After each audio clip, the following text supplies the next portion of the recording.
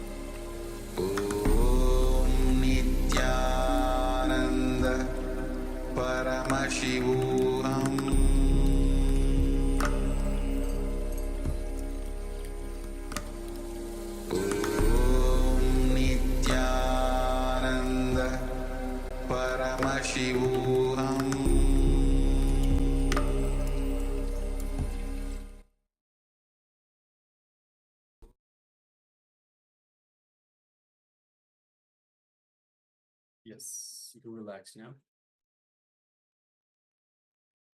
You can open your eyes and take a moment and share with us what was revealed to you in your third eye. So this power of quantum memory, downloading information from the cosmic archives.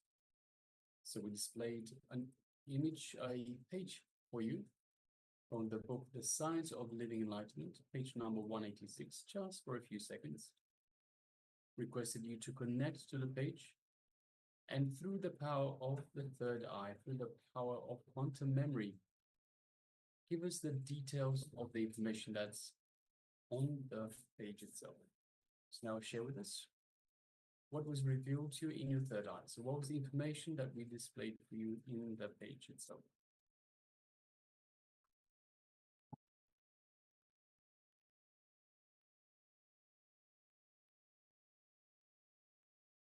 And all the participants on YouTube also, you can start sharing what was revealed to you.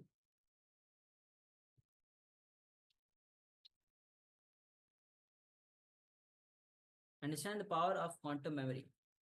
Through this power, you recollect large information from the intelligence behind the brain.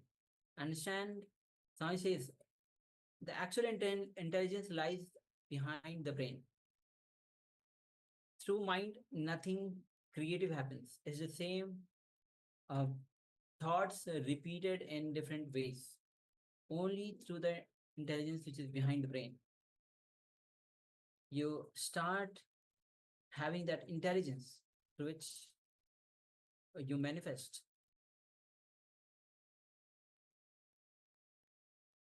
So please go ahead, take a moment and share even a single word that was revealed to you, or even the full sentence was revealed to you, or a few paragraphs, or the entire 168 page number was revealed to you. Please go ahead and share.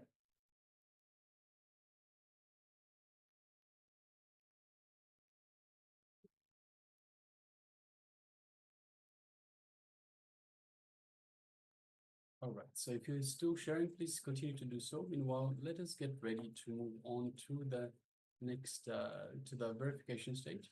So we'll be displaying the page for you that we had displayed just for a few seconds. Yes, so as you can see, it's a page 186 of the Science of Living Enlightenment, and it starts with authenticity empowers you.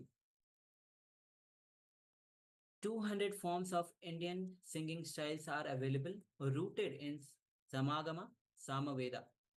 This is only my Annikara for Bididi campus. Please understand. When you live these four tattvas or principles of integrity, authenticity, responsibility, and enriching, you'll first of all unearth so much energy in your inner space. Get it out. I can see it in my own organization, in my own experience, and many of organizations which follow these principles. Human beings have so many wonderful things inside that should be unearthed. These four tattvas or principles will unearth all your possibilities. Second, it will help you unearth others' possibilities. It is the essence or input I wanted to give. I bless you all to be successful in living these four principles. Today, I received a message from a devotee who wanted to take up the life of renunciation, sannyas. She said, I have posted pictures of the beautiful house and the life I am going to leave behind when I take sannyas. I sincerely request you, if you still think that there's something beautiful in your life which you have to leave behind for sannyas, please enjoy that first. Complete it. Do not come to take sannyas without completing all your other enjoyments. Otherwise, there will be a deep vengeance in you when you see other people enjoying all those things. When you are renouncing out of completion, you want all others to enjoy their life and do whatever gives them most joy. Sannyas is the renunciation that comes out of total completion. Understand? It is out of completion that Shiva gives up on wealth. The Shamantaka jewel, Kubera, the god of wealth, and other valuable. So with this, the page ends. So if you have seen even a word, anything even related to integrity, authenticity, responsibility, enriching, congratulate yourself that you have successfully manifested this power. All right. So with this, now we'll be moving on to the next session. Yes, and the next session is on the Pranamaya Kosha. That's the kosha that is about the prana, the airflow, the prana energy. So let us all sit comfortably with the head, neck, and spine in a straight line, and let us receive the Supreme Pontiff of Hinduism as he reveals these beautiful revelations, these beautiful jnana knowledge about the Pranamaya Kosha. Let's begin.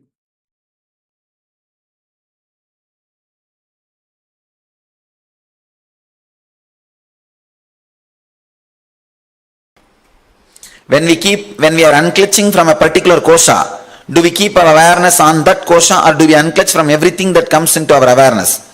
Spencer, you are expected to put your more awareness on that kosha. Anything comes unclutched, that is different, but be more aware, be instructed. Remember, you are supposed to work more on that kosha. Is the relationship between seeking and silence? Is the presence of one indicative of the other? Yes. Madhavi? The upper energy is seeking. When the same energy gets settled inside you, is silence. Both are one and the same actually.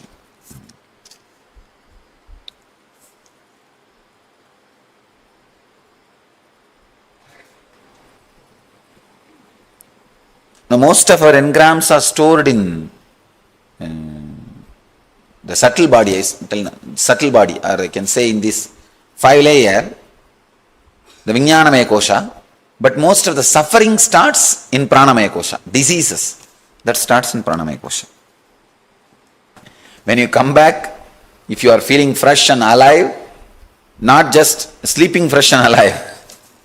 If you are in Samadhi, you will know very clearly. As of now, you are in sleep only, don't worry. If you are in Samadhi, not only you, even I will know. Relax. Unclutching from thoughts means not mothering the thoughts. Then what does it mean to unclutch from the body? Roshan? The idea that you are the body, unclutch, not mothering that thought.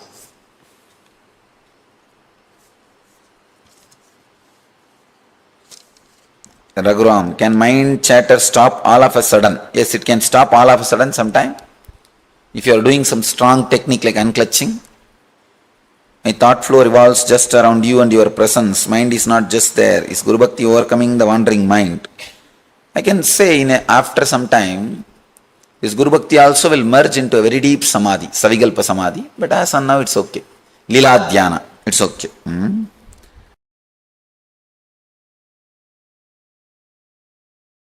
What motivates you? What keeps you going every day? Oh, this is a very funny question. I thoroughly thought about it. Actually, we had this discussion with my close first circle, Swamis. Before my birthday, every January 1st is my birthday. Last year, my first circle Swamis wanted to give something for me. So they all sat and started discussing for 6 hours. What makes Swamiji happy? See, people who are living with me 24 hours for last 10 years. Even they are not able to pinpoint something makes Swamiji happy. It was 6 hours discussion. Finally they said, no, we are not able to find out anything. They came to me. Swamiji, tell us something which makes you happy. We want to give you. Whether any object or any person or nearness of some person, nearness of some object or some project, something. You tell us, we will accomplish. It was not only shock for them, surprise for them, it was surprise for me because first time I started thinking. I looked inside. What makes me happy? See, I enjoy everything. There is nothing which, it's not that I am dull or low or anything. Everything. If all of you are here, I enjoy. If you are not here, again I am enjoying. I have no problem. I am enjoying everything. Stress, kind of a tight feeling.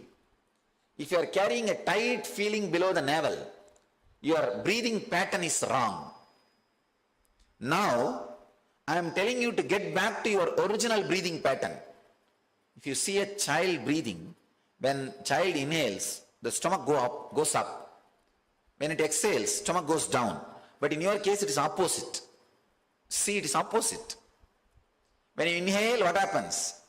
Stomach goes up, goes down, sorry. And when you exhale, stomach goes up. You are carrying a wrong pattern, especially this Western idea of well-built. Always you are expected to keep a chest up.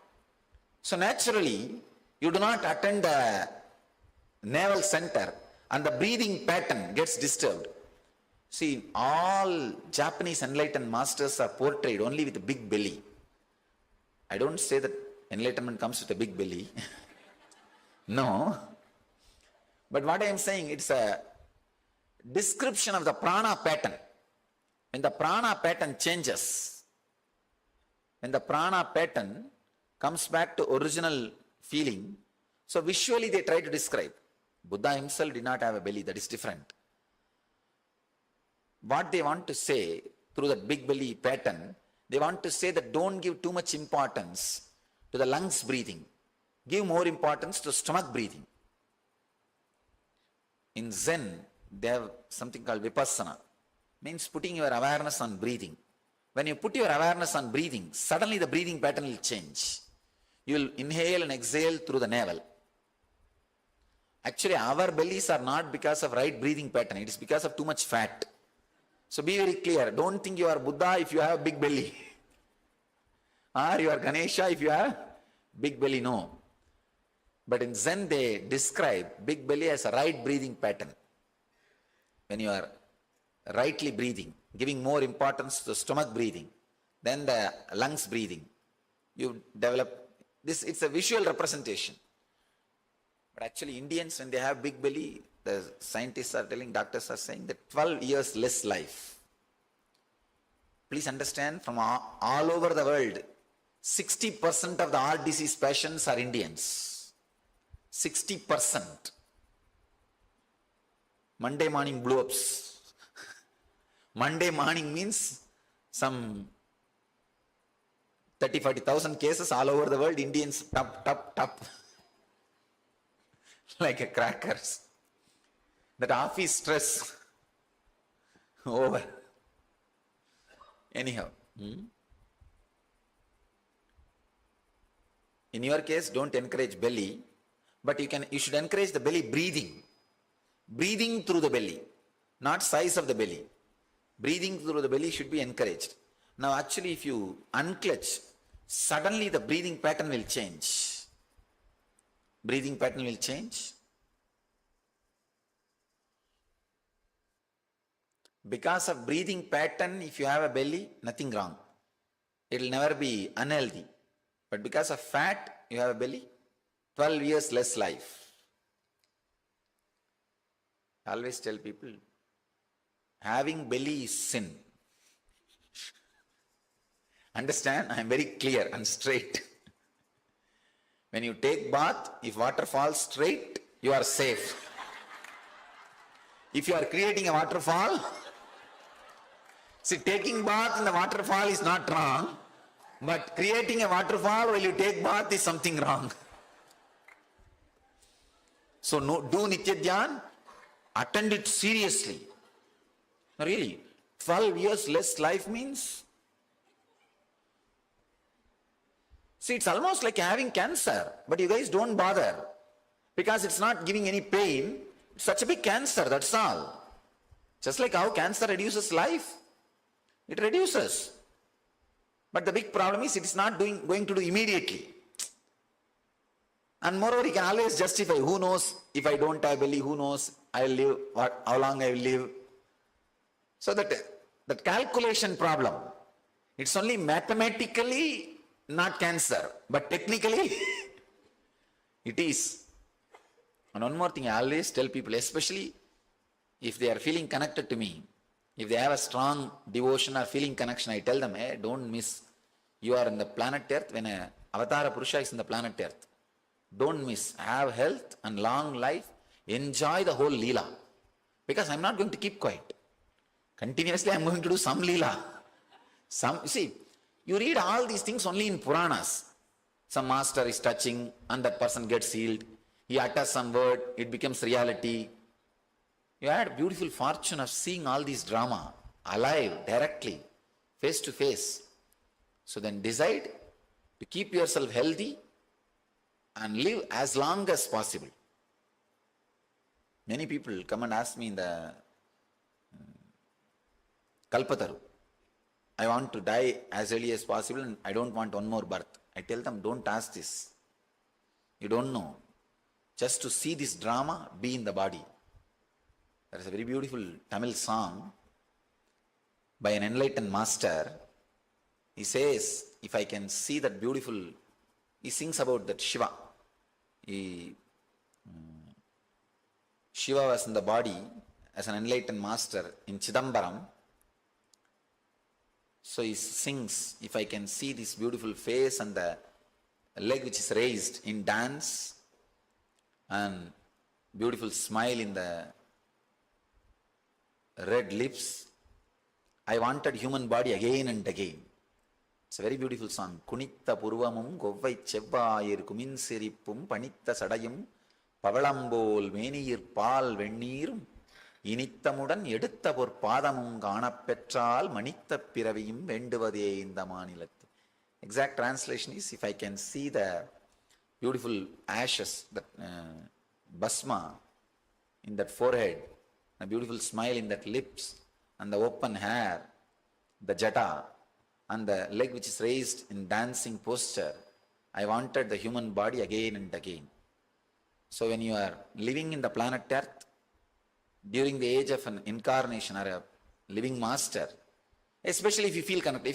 If you don't feel connected, I am not an enlightened master or incarnation for you. I have nothing to do with you or you have nothing to do with me. Maybe at the most I am a teacher who teaches you one or two techniques. But if you feel connected, it's an amazing blessing.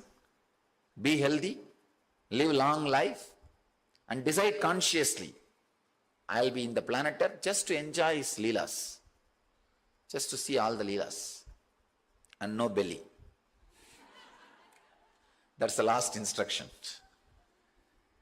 Now, we will shift the whole breathing pattern to its original pattern. How a child will breathe. How you were breathing when you were a child will shift. Please understand, you don't do anything to control breathing. Do only one thing, unclutch from breathing. How to unclutch? Understand, it's a very subtle point. When there is inhaling, and naturally the body will have some urges like let me hold, let me exhale. Some process will be going on. Then there will be exhaling. Watch everything from distance. Tell yourself very clearly, I am not going to involve in this breathing activity. I am unclutching from this activity. I am not going to support this activity anymore. So naturally what will happen after 2-3 minutes, you will feel heavy, as if you are negating breathing. So unclutch from that heavy feeling also. Please understand, when there is this, if you close your eyes and just sit, the breathing activity will be going on. Inhaling, staying, spreading, exhaling. All these activities will be going on. Just tell yourself, I am not going to mother this activity. I am not going to support this activity. I am unclutching from it. I am not going to stop it. Don't try to stop it. I am unclutching from it. That itself will reduce that activities drastically. Naturally, you will feel little heavy. You want to breathe. You want to put your effort and breathe. Don't mother. Don't encourage. Decide, no, I am not going to mother. Don't close your nose or don't stop breathing. Don't mother the activity. You will see that the breathing pattern suddenly starts changing. You will have a kind of a sensation in this area. You will have a kind of awareness in the navel. Allow it. Even if it is little heavy, actually it will be very pleasant. But if you are little heavy, that sensation will be little heavy. Don't bother. I tell you, every day, if you change your breathing pattern to this mode, the unclutching mode, and fall asleep, next day morning, if you get up, when you get up, you will have your skin very shining. You will not have dull skin. Please understand. When I am saying something, I mean it. I am responsible for it. You will have a very shining skin if you unclutch from breathing pattern, because the cleaning will happen very beautifully. All the unnecessary things will be sent out of the system. The apana, the scavenger, inner scavenger will start working. Now the breathing scavenger, the apana, will not have enough of intelligence and power from your consciousness. So unclutching from the breathing pattern, the apan will be empowered. All that 5 breathing cycle will have new energy. Any of you have any doubt in the technique which I am describing now? Please raise your hand. I'll answer. Swarendra, what? I'll repeat. When you sit with closed eyes, automatically the activity will be going on. The breathing, inhaling, holding, exhaling, this activity will be going on. When this activity goes on, just tell yourself, I am not going to support you. You are asking, do pranamaya kosha meditation will lead to enlightenment? It will not directly lead to enlightenment, it will clean the pranamaya kosha. Now we will go to the deeper level techniques. Only those deeper level techniques will lead to enlightenment. These are all, I can say in a way, if you do this for ages, it will lead to enlightenment, then straight away it is designed only for working on pranamaya kosha. This is all from Taittiriya Upanishad. So there are deeper and deeper level techniques. In the unclutching itself, the concept with which you are doing unclutching, that changes the very quality of unclutching.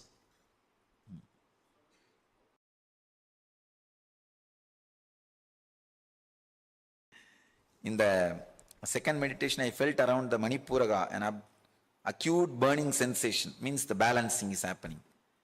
George, you might have had a wrong breathing pattern. When it gets balanced, you will feel as if chili was rubbed on your skin. Anybody felt in some spots of your body chili being rubbed? Means the wrong pattern is getting altered. The apana will start working. You see, whenever the cleaning part starts working, you will feel in that area chili being rubbed. Means you've done the pranamaya properly. But don't start feeling bad, oh, I did not feel chilly. You may not have had blockages. If you have had that thing, 2 things are sure. One, you did the meditation properly.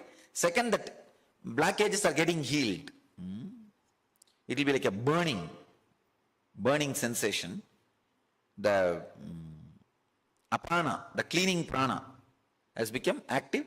That breathing pattern has been cleaned.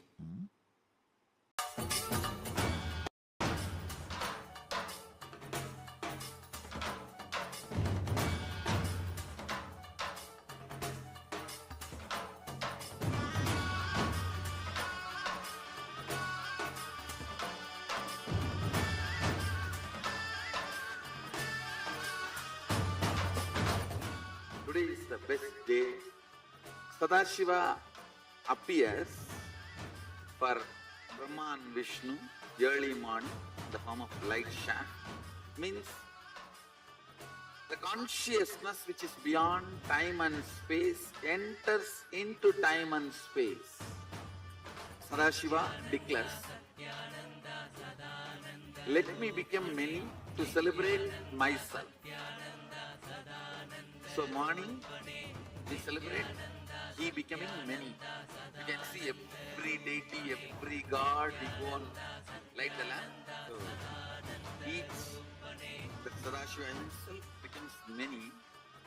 So whole campus we went round.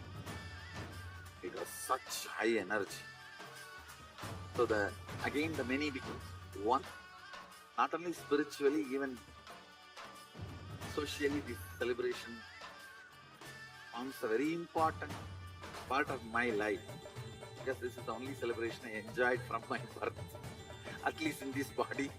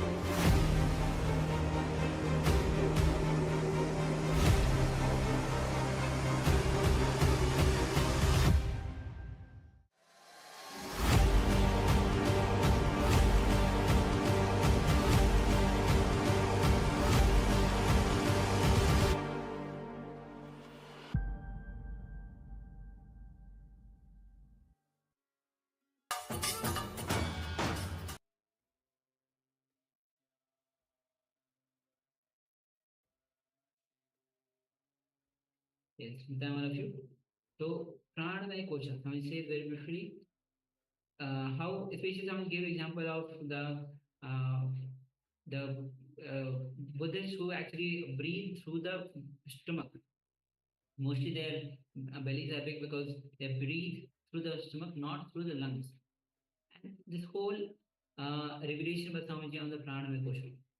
And we'll be now entering into the next technique, which is going to be, which is on the Pranamaya Kosha, that will be working on the Pranamaya Kosha. So let's get ready to perform this technique, and make sure that you are giving your 100% in this technique. So please come to the space of listening, and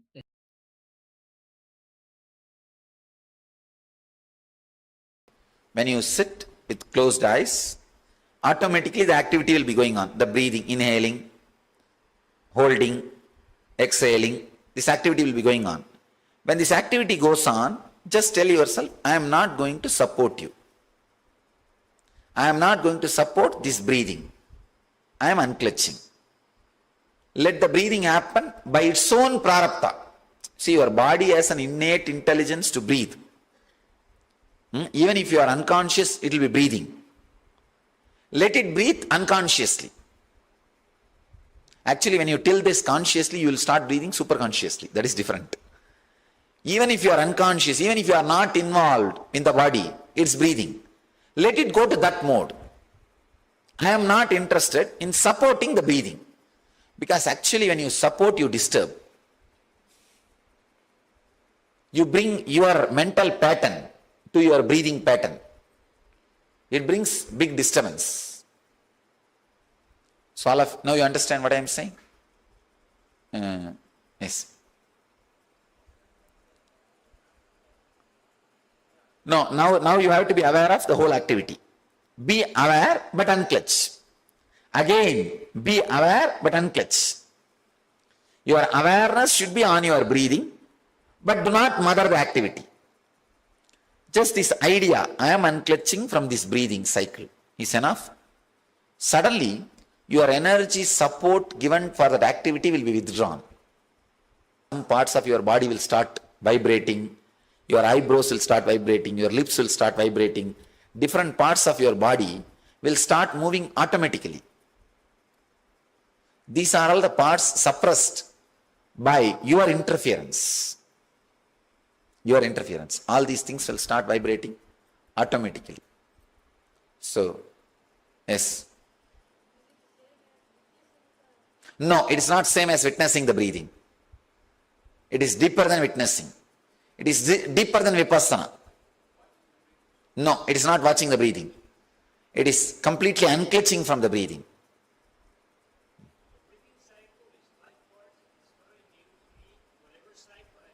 And whatever is going on, unclutch from that. See, all the five will not be always active. Usually in any normal human being, only three will be active. Inhaling, holding and exhaling.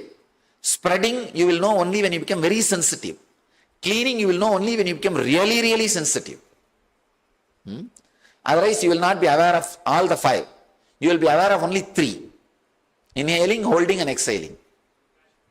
Unclutch from that, that's all. Don't mother. Don't stop, don't mother. I'll guide you.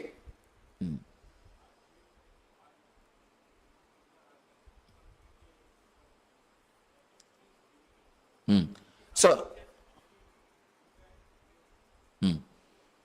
don't even mother the idea that your heart should stop or breathe. If it wants, let it beat. If it wants, let it rest. Just leave it. It has its own intelligence. It won't stop just by the thought. You understand? All I am saying is, you are contributing too much of energy and interfering with your breathing and heart beating pattern. Now I am asking you to withdraw from that. You will heal so many diseases, self-created diseases. You will heal it many. Especially this asthma kind of things and all will just disappear. I have seen. I am more a doctor than a Swami. Because I am working with millions of patients all over the world. Asthma or wheezing, any breathing pattern problem is because of your contribution to breathing. If you allow that natural breathing, there will not be any problem. You will not see a buffalo having asthma. No, you will not see a dog having wheezing. Because these guys have a natural intelligence pattern. We also had long, long ago, once upon a time. All right. Please tie the ribbon, spread all over the hall. Yes. Huh? Can you give the mic to him? Do this technique. Actually, when you switch off your light in the bed, when you sit, just do this and fall asleep. 10-20 minutes, that's more than enough. Your whole skin will become bright. In watching the breath, you are watching. But here, you are watching and not supporting, unclutching. Yes. That is enough.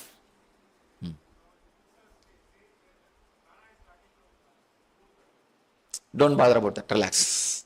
Yes, Vishnu, what? Sorry? Breathe.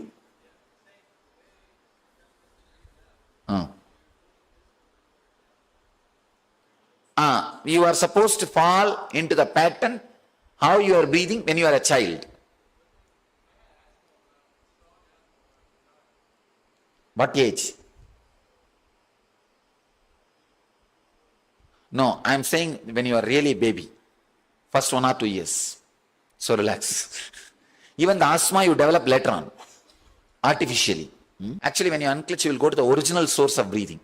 Even when you are a baby, if you had some problem, you will come out of that. All right. Please tie the ribbon. Spread all over the hall. You can spread all over the hall.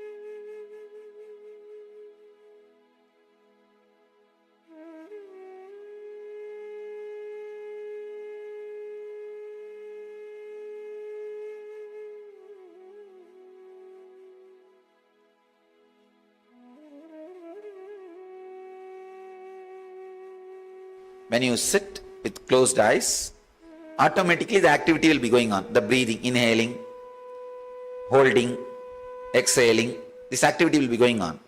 When this activity goes on, just tell yourself, I am not going to support you. I am not going to support this breathing. I am unclutching. Let the breathing happen by its own prarabdha. See, your body has an innate intelligence to breathe. Even if you are unconscious, it will be breathing. Let it breathe unconsciously.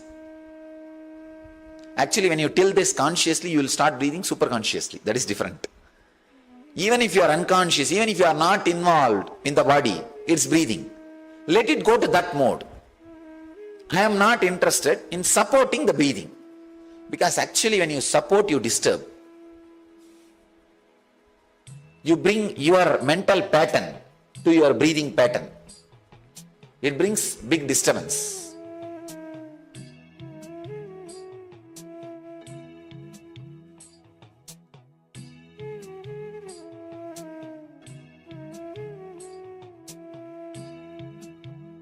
Be aware but unclutch. Again, be aware but unclutch. Your awareness should be on your breathing, but do not mother the activity. Just this idea, I am unclutching from this breathing cycle, is enough. Suddenly, your energy support given for that activity will be withdrawn. You will suddenly see that some parts of your body will start vibrating.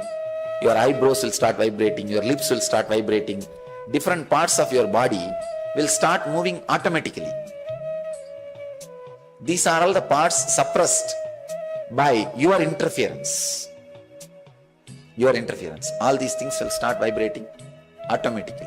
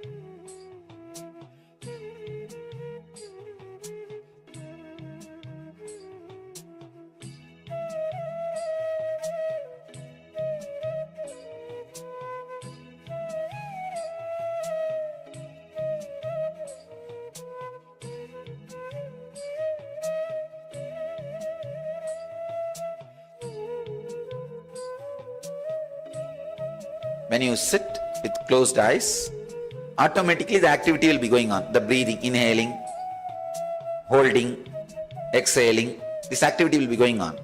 When this activity goes on, just tell yourself, I am not going to support you. I am not going to support this breathing. I am unclutching. Let the breathing happen by its own prarabdha. See, your body has an innate intelligence to breathe.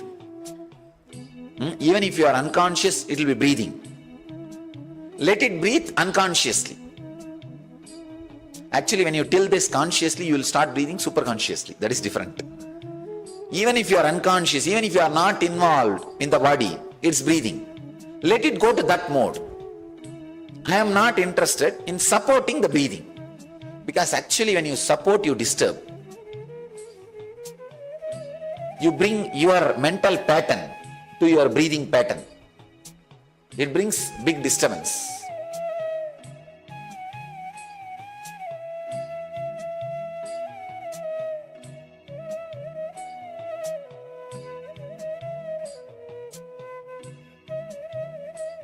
Be aware but unclutch.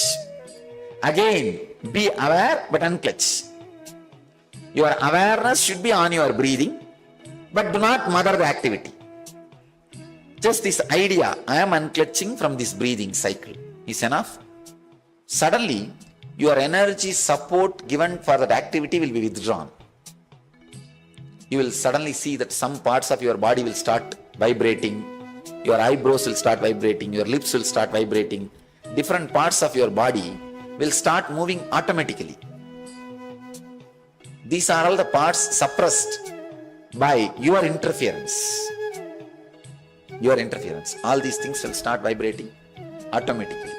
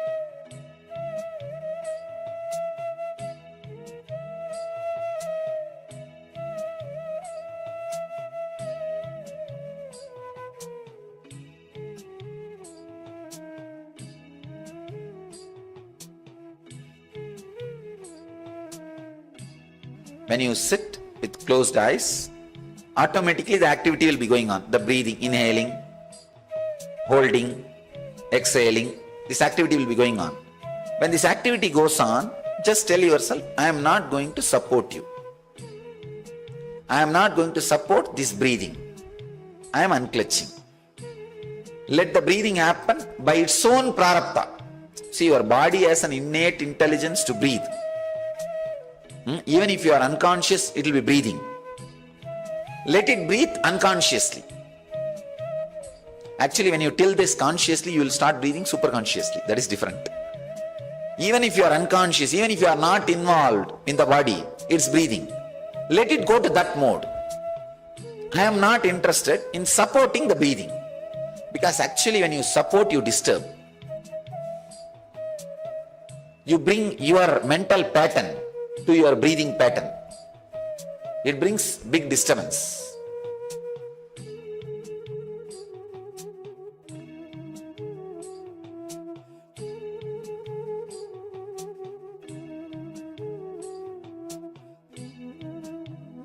Be aware but unclutch. Again, be aware but unclutch.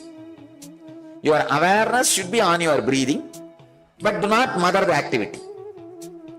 Just this idea, I am unclutching from this breathing cycle, is enough.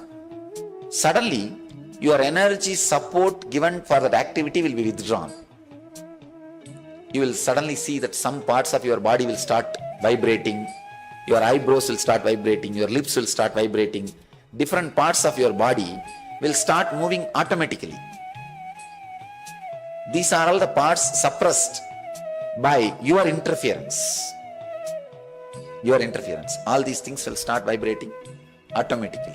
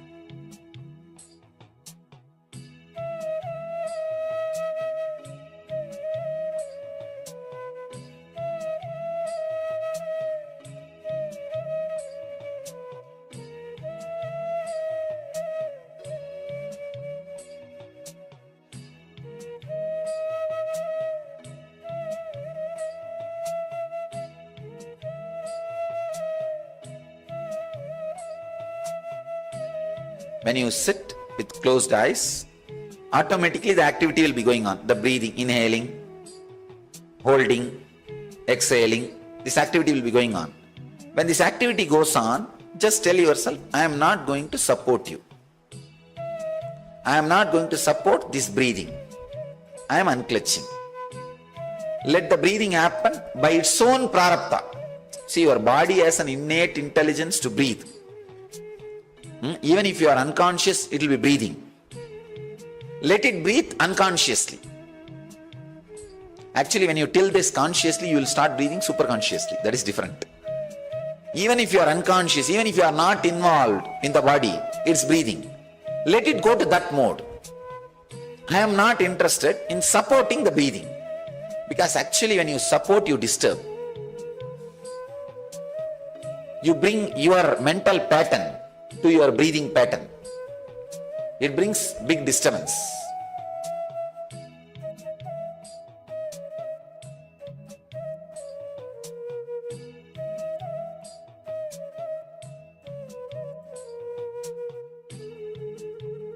Be aware but unclutch. Again, be aware but unclutch. Your awareness should be on your breathing, but do not mother the activity. Just this idea, I am unclutching from this breathing cycle, is enough. Suddenly, your energy support given for that activity will be withdrawn. You will suddenly see that some parts of your body will start vibrating. Your eyebrows will start vibrating, your lips will start vibrating. Different parts of your body will start moving automatically. These are all the parts suppressed by your interference. Your interference. All these things will start vibrating automatically.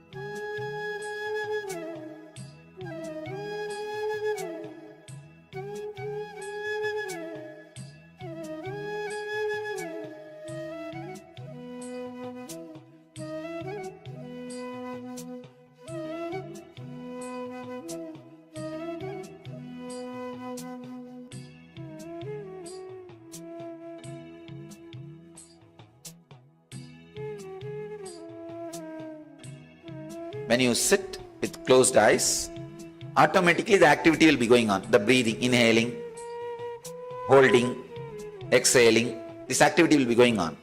When this activity goes on, just tell yourself, I am not going to support you. I am not going to support this breathing. I am unclutching. Let the breathing happen by its own prarabdha.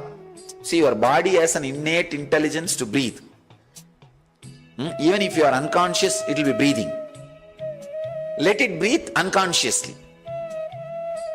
Actually, when you tell this consciously, you will start breathing superconsciously. That is different.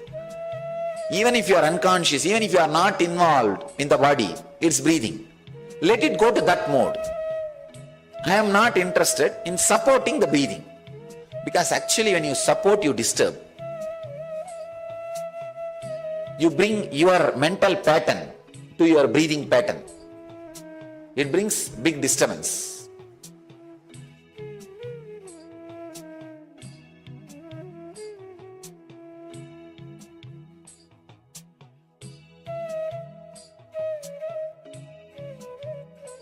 Be aware but unclutch.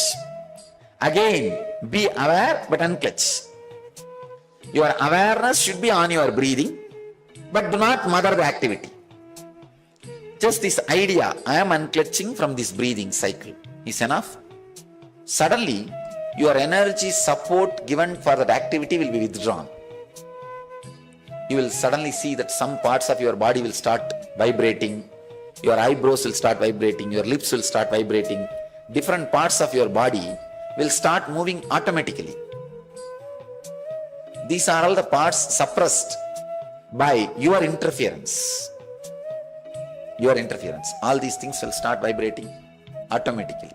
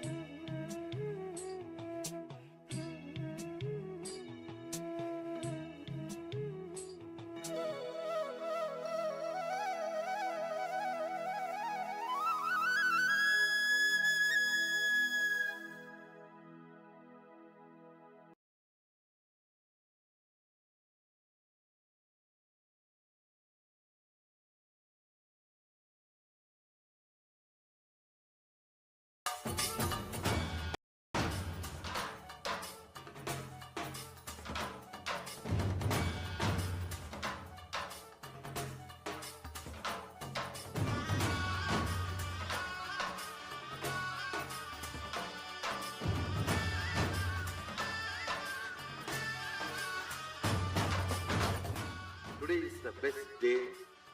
Sadashiva appears for Brahma and Vishnu early morning in the form of light shaft. Means the consciousness which is beyond time and space enters into time and space. Sadashiva declares, let me become many to celebrate myself. So morning, we celebrate he becoming many. You can see every deity, every god, we go and light the lamp. So each, the Sadashiva himself becomes many. So whole campus we went round. It was such high energy. So again the many becomes one. Not only spiritually, even socially, this celebration forms a very important part of my life, because this is the only celebration I enjoyed from my birth, at least in this body.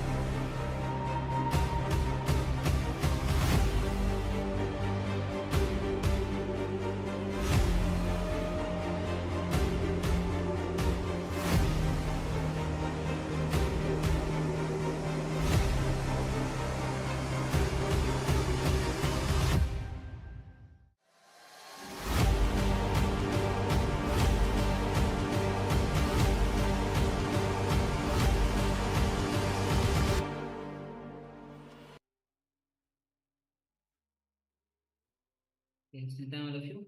So this is the technique for the pranamaya kosha, where Swamiji clearly describes how when you live with the prana, your body has innate intelligence to uh, without break free from the cycle of breathing, your own support. Even if when you don't give your support to breathing, body has innate intelligence to breathe. Actually, when we breathe, when we give our support, we only disturb. And when we don't give any support, cosmos breathes through us. So with this, now we'll be entering into the next segment.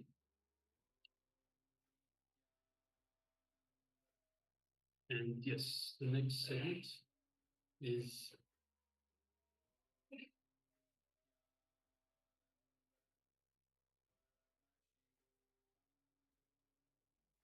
the next segment is Somji sharing on his own experience unclutching from the years. So from the years itself from an earlier incident in his life when he was with one of his gurus. So requesting everyone, please come to the space of listening and give your full attention, give your ears to Swamiji as he tells about his unclutching from the years. Let's begin.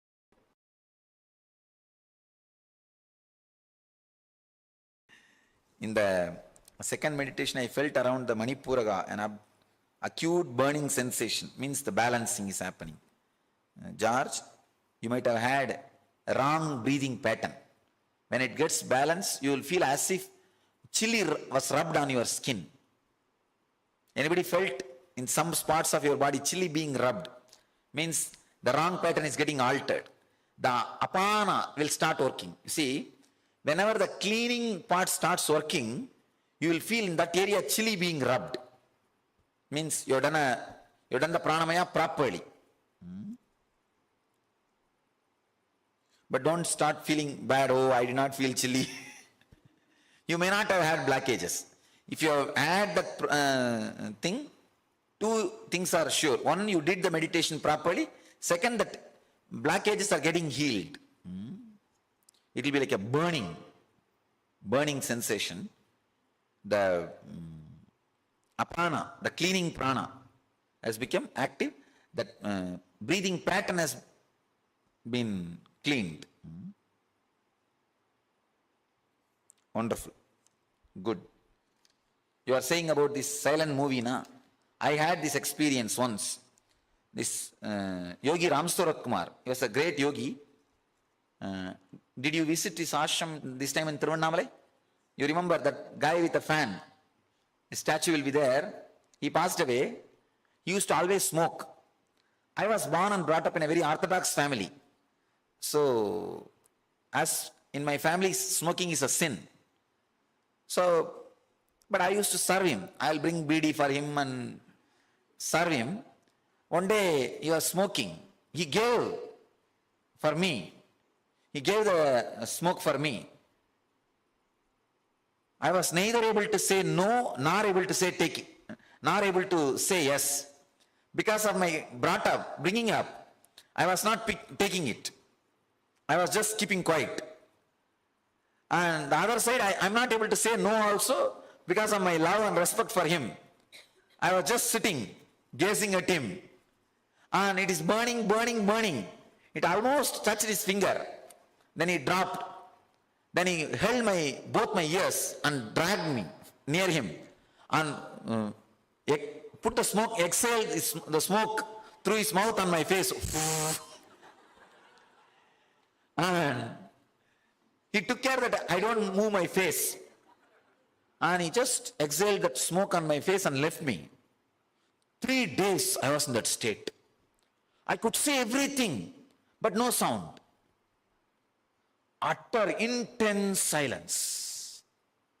It was such a strong silence, oh God. Still I remember, he was sitting in the cremation ground, the city's cremation ground. I was sitting there only.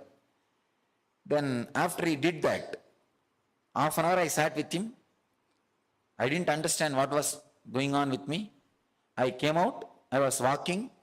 I could see one dead body being carried. In India, dead body being carried means there will be a lot of tamadama, dumudumu, all sounds and dancing, jumping and everything. You don't know whether they are jumping in sadness or happiness. And I saw everything is going, but no sound. I am not able to hear any sound. As if I have become deaf. Then I am walking. Those days there will not be many buses, but there will be the two-wheelers in my native place. Those two-wheelers, on those days two-wheelers horn will be very loud.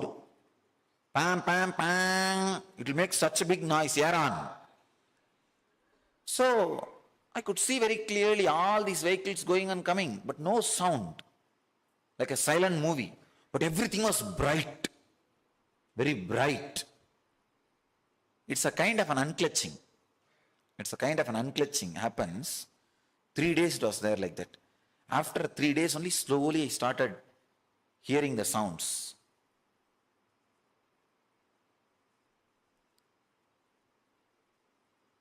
I told him, you put your hands on my ears and blew the smoke on my face. I think only your hands worked, the smoke did not work. Because my ears only became deaf. He was laughing. He was laughing and telling, even then, even now you are not accepting the smoking. He was telling. I said, if you want, you could have given the experience without smoking. Why do you want to give the BD to me? But after that second time, he never asked me to smoke. He never even gave me. He's a great yogi, very graceful person, very graceful person, very rough guy, very, what to say that, crude, unmolded, unpolished, but very graceful. It has its own grace.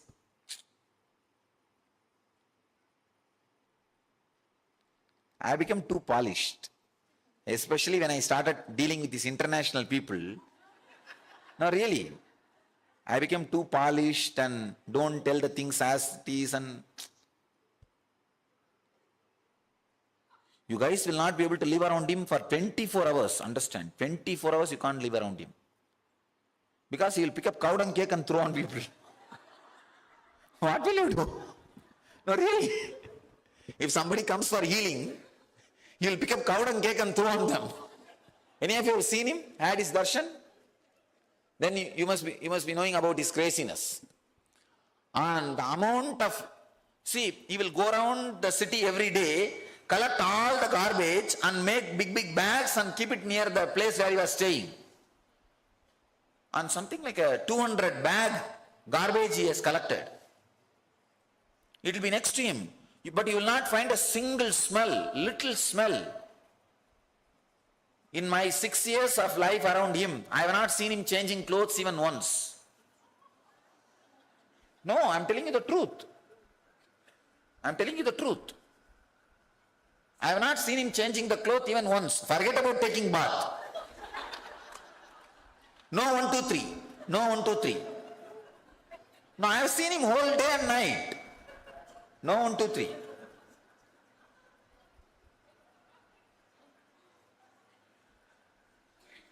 I don't know. Huh? No solid food, only some tea or something he will drink, and then he will smoke and throw the tea through the nose and wipe it. That's all. A very funny life. There was another one saint called Pundi Swami. Any of you heard? Very great Mahatma. That Swami, if sometimes devotees will force him to eat, he will eat. After they leave, he will take the intestine out and wash it and put it back. No, really. We have photographs of him taking his intestine out and cleaning. Any of you have seen had his darshan? You have seen Pundi Swami? That Kalasabakam Swami. Really? Huh? He will take through mouth and clean it and put it back. I am not telling lies. I am not telling lies. My mother went to him before I was born. That Swami is considered to be the incarnation of Subramanya. He will always keep that spear, Subramanya spear around him. When my mother went to him and took blessings, my father will come down with you. My father will come and take birth in you. He blessed. Then she conceived me and he blessed. My father will come and take birth. Anyhow. Another one person went and he gave 3 flowers, it seems. Then he had a triplet. Very, very great saint. But all these stories, if you listen, you will run away from me.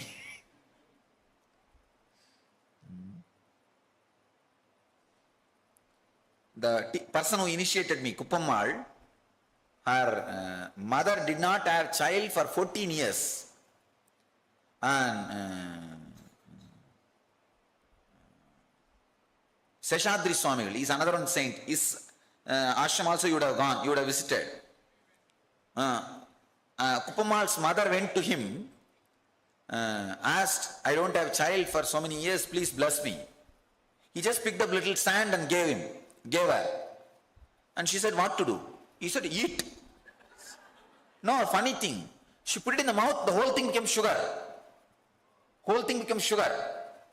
And she ate the whole thing. And then he blessed. The Devi's energy will take birth. And he blessed her. And Kuppammal took birth. All these funny stories. Not stories, actually truth.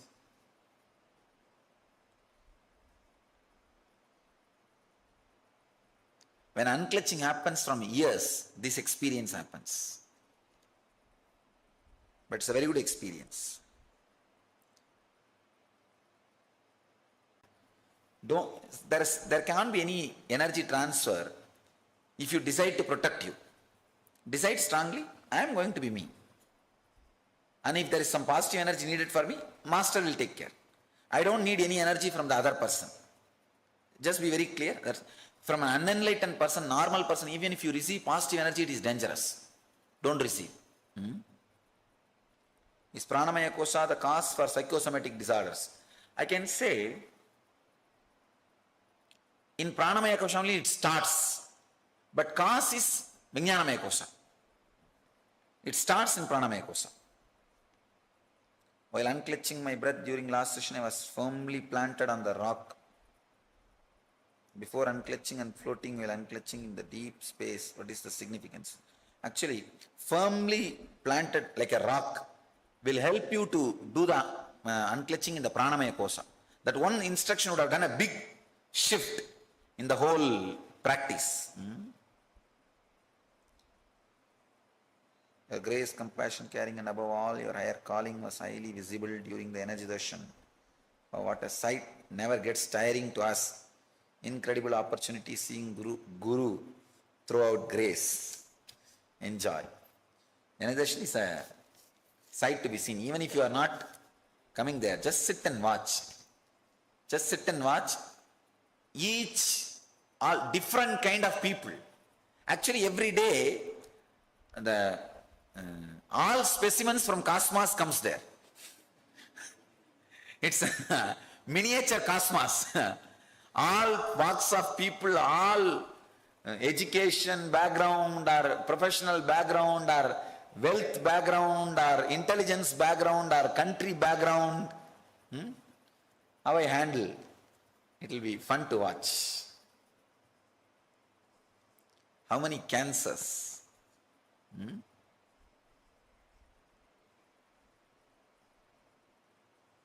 Usha, I'll heal him.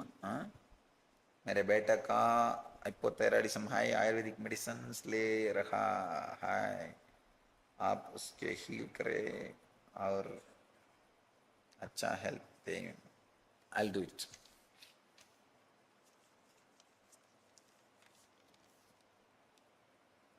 As unclutching from breath, the mind stopped wandering. The breathing became slow and steady. When mind started wandering again, I noticed the breath became short and shallow again. From this I experientially understood. Mind has direct contact to breath. Sri Ram, That's right. You are right. My question is, does mind wander because of breath, or does mind cause breath to be shallow? It's one, there's no, I can't say mind does this or breathing does that. Both of them support each other, Sriram. Both of them are responsible for the actions. During Pranakosha meditation, I am unaware of my thought rising, but I am not sure whether unclutching takes place. The moment you are aware of thoughts rising means you are unclutching. Otherwise, you will not be aware. B. Kumar, you are right. You are the awareness is growing. Otherwise, you can't be aware. Unclutching from the breath was very hard. Debbie, then you should do it. Then you must be having the breathing pattern problem. That is why you must be suffering. But try tonight again then.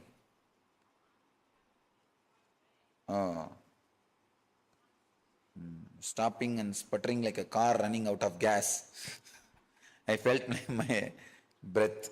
Was it supposed to shift into a smooth flow from lower belly? Yes, it should become smooth flow. Okay. Now you have to unclutch from that also. Try tonight again. Tonight again, try the same technique. Tonight all of you go back to your bed and do the same thing again. Unclutch from the breathing and fall asleep. That you can do easily.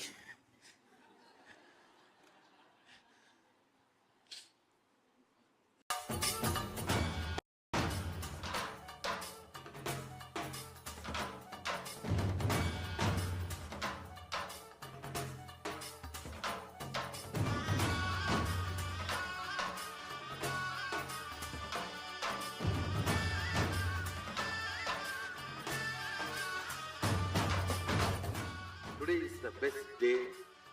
Sadashiva appears for Brahma and Vishnu early morning in the form of light shaft. Means the consciousness which is beyond time and space enters into time and space. Sadashiva declares, let me become many to celebrate myself. So morning, we celebrate he becoming many. You can see every deity, every god, we go and light the lamp. So each, the Sadashiva himself becomes many. So whole campus we went round. It was such high energy. So again the many becomes one. Not only spiritually, even socially, this celebration forms a very important part of my life, because this is the only celebration I enjoyed from my birth, at least in this body.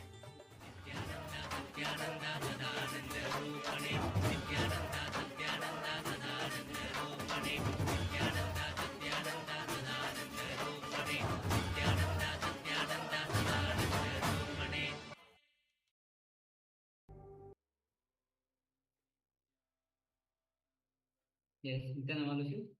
So this was the divination by Swamiji on the unclutching from his year experience. So now, this time we'll be entering into the power manifestation. Of course, we're doing today the quantum memory, to recollect large information from the intelligence behind the brain. And in this round, we'll be manifesting the quantum memory of seeing the page number 225 of Science of Enlightenment through the power of quantum memory, not through the power of logic, not through the power of going through reading, but actually through the power of intelligence behind the brain. So now, sit with the headache spine and straight line, showing you the page number 225 of the Science of Living Enlightenment. Have a glance, just for a few seconds. Have a glance of the page. So before we enter into it, let's welcome the few participants who have joined us now. We have Ma Mihidi who has joined us, Nithyananda. We have Ma Lee Yun who has joined us, Nithyananda. We also have Kixin Wen. Yes, Nithyananda. Welcome. All right. So sit with your head, neck, spine in straight line.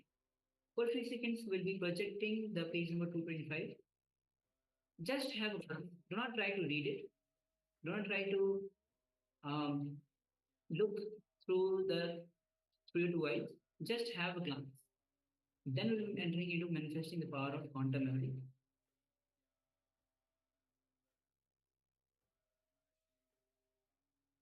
Yes, that's all.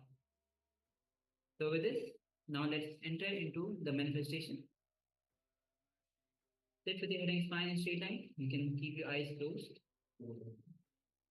Visualize Swamiji in your inner space. His love, His compassion is overflowing through your entire body, radiating through you. The superconscious energy is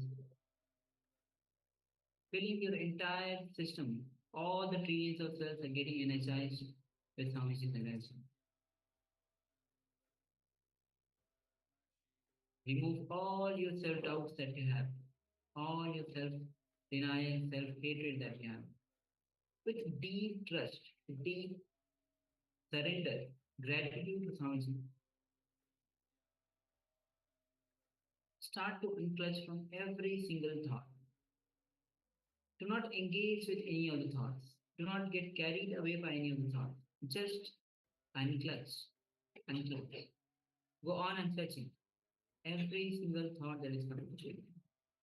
Just go on unclutching. And then enter into the space of that pure enter space, that oneness from where the power of collect large information from the intelligence behind the brain. Now let's connect with the Mahavakya. We'll be chanting the Mahavakya. Om Nithyananda Paramashivoham. Om Nithyananda Paramashivoham. Om Nithyananda Paramashivoham. With this deep feeling connection with Bhagavan, let's enter into this round of power manifestation. Recollect large information. We just had a glance of it. Now let's begin this manifestation. Try to ask Swamiji about every information about the page. Let's begin. Om Nithyananda Paramashivoham.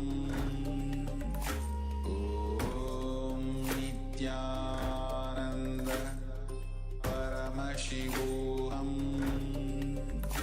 Om Nithyananda Paramashivoham.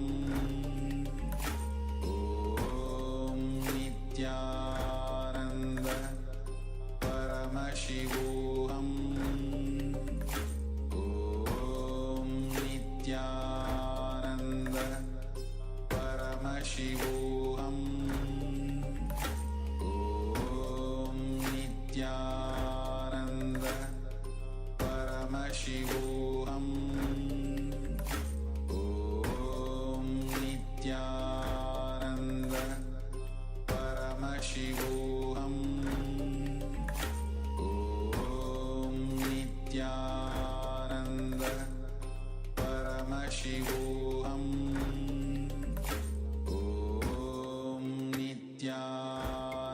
Nithyananda Paramashivoham. Om Nithyananda Paramashivoham. Om Nithyananda Paramashivoham. Om Nithyananda Paramashivoham. Om Nithyananda Paramashivoham. Om Nithyananda Paramashivoham.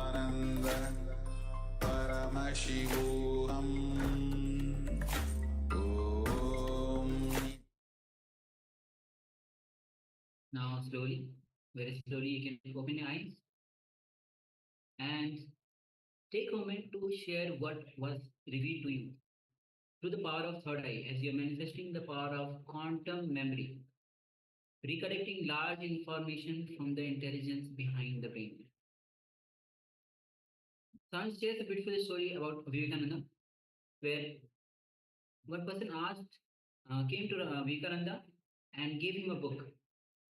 Just he had a glance of one page of the book, and within few minutes, he know the whole book without even reading it. The person actually asked many questions regarding the book, and he gave so much detail about the book itself at the moment when the person started asking questions. Same way, Sound is giving this power to all of us to manifest this power of quantum memory, recollecting large information from the intelligence behind the brain. So take a moment and share what was revealed to you, and also requesting all the participants on the YouTube. Please go ahead. Yeah, so this power can come in handy. So you can walk into a library and just, you don't have to waste time reading through the books themselves. You can go into a library, do some research, and just by looking at the book itself, just connecting with the book, you can download from the archives, from the cosmic archives directly, everything about that book itself. So suddenly the research for any topic becomes very, very quick, very short indeed. And there are many other applications that we can have for this particular power, this very wonderful power, the power of downloading directly from the cosmic archives. So the intelligence beyond the mind, it is the quantum memory. So Actually, this power is very much useful for the students, especially when it's for even for the students, it's better to awaken their third eye when they are at the age of below 14. And it's easy for them. I say for children, it is easy to awaken their third eye and manifest these powers, especially when they are loaded with so much of study, so much of pressure. This quantum memory can help them in so much dimensions. yes, all the study being out of the way very quickly, then they have more time to spend on doing chores around the house. Yes. Let us now request once again the participants, please let us know what was revealed to you in your third eye. So what was the information on the page that we displayed for you, just for a brief seconds, for a few seconds.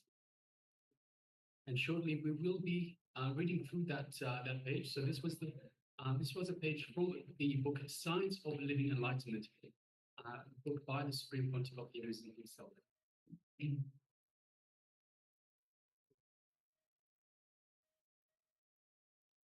So just take a moment and share. And of course, as I requested just moments earlier, let us know any other applications that you can have. So we have come up with a couple of applications, so for students and of course for just doing research. I guess doing research, we're always students. For our entire life, we will continuously learn more and more. But any other applications for this superpower, let us know. What else can you see that we can use this power for? So just take a moment.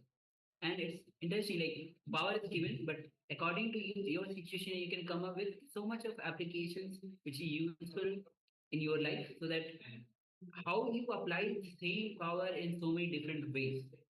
Like for example, the students can apply their to get rid of their work, their study load. So much of textbooks are being loaded into them, and that they have to memorize. With this power of quantum memory, simply just having a glance and they can read the whole book, download the whole book. The same thing can be done, for example, for recipes. So if you wanted to know a recipe in, or maybe all the recipes in a recipe book, just simply open it up, page to a particular page, download all the information directly from the cosmic archives, and you know everything. You can become an overnight chef. So So many different applications. All right. So this let's move to the verification. If you are still sharing what was revealed to you, you can go ahead and share. Meanwhile, we'll be showing you the page number 225 of the science of living enlightenment, so that we can verify our manifestation.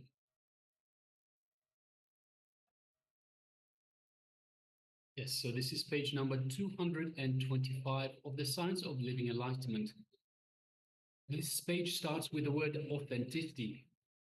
Next, this action is enriching. Mahadeva, the embodiment of responsibility, appears to enrich Vishnu and Brahma and to remind them about their inauthenticity and lack of integrity. Fortunately, Brahma and Vishnu completed and restored their integrity and authenticity. That is the reason the universe is still functioning, available to all of us.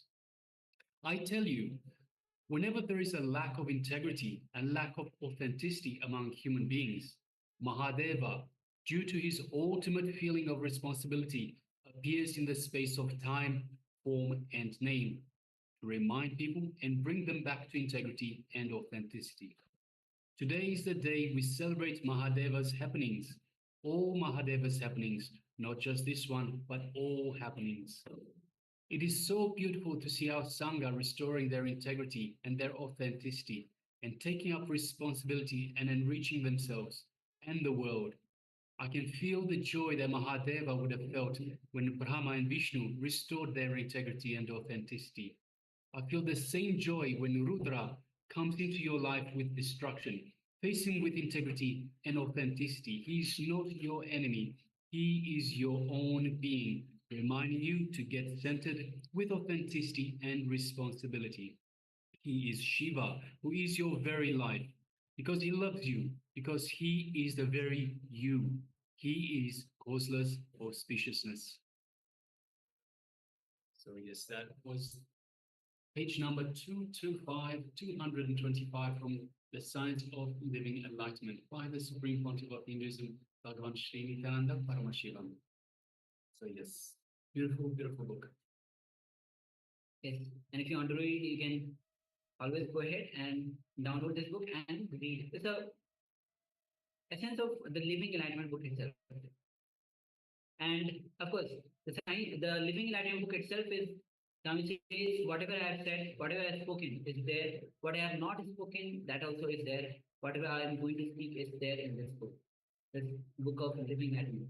That's why worship the Living Enlightenment book as a daily. All right. So with this, we'll be moving on to a small technique that before entering into the Manomaya Kosha. So let's prepare ourselves for technique to unclutch. So a whole day, Swamiji has been revealing on the unclutching. Unclutching, Swamiji has given this powerful technique to all of us to unclutch. In any situation you are, whatever is your situation, you can directly apply this technique of unclutching and unclutch from all the sufferings, any worries, any fears that you have. So let's enter into this technique, short technique. Swamiji himself will be guiding us. So please be in the space of listening.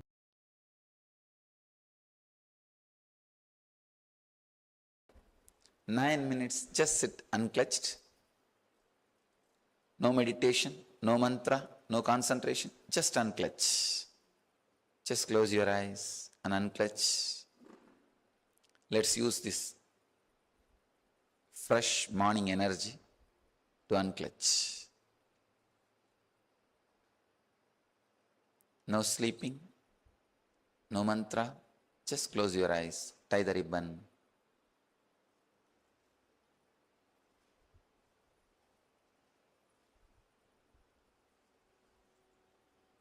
Just unclutch.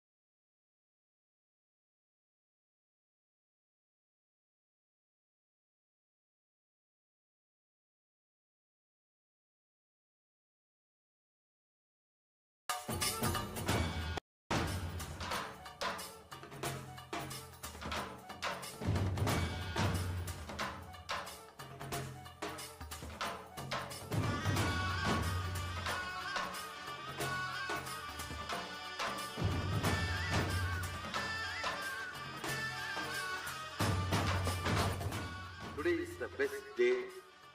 Sadashiva appears for Brahma and Vishnu early morning in the form of light shaft. Means the consciousness which is beyond time and space enters into time and space. Sadashiva declares, let me become many to celebrate myself. So morning we celebrate he becoming many. You can see every deity, every god, we go and light the lamp. So each, the Sadashiva himself becomes many. So whole campus we went round. It was such high energy. So again the many becomes one. Not only spiritually, even socially, this celebration forms a very important part of my life, because this is the only celebration I enjoyed from my birth, at least in this body.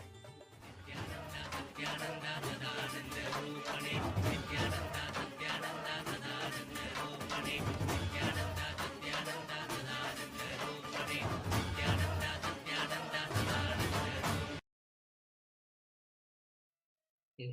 So this is the grand celebration of Kartikeya Deepam happening from 4th of December to 13th of December this year. So as Ram says, that Sadashiva decided to become many and to celebrate himself. That is Kartikeya Deepam. And when at the evening, Bharani Deepam is celebrated where many becomes one again. And Swamiji personally enjoyed this celebration, this festival. So if you want to offer your gratitude to this, to at the lotus feet of Swamiji on this festival, Kartikeya Deepam, let us know. We'll be guiding you further on this. Alright, so with this, let's move on to the next session. We already covered the Annamaya Kosha, introduction to Dhyana Purna. Now we'll be moving on to the Vijnanamaya Kosha. We had meditation techniques. Now we are entering into the Vijnanamaya Kosha, and after that we'll be having the meditation technique as well. And as Sam says that only the Annamaya Kosha has the meditation technique which needs the body, involvement of the body. For other koshas, you don't need to involve your body. So let's get ready to enter into Vijnanamaya Kosha, and then we'll be entering into the meditation for the Vijnanamaya Kosha.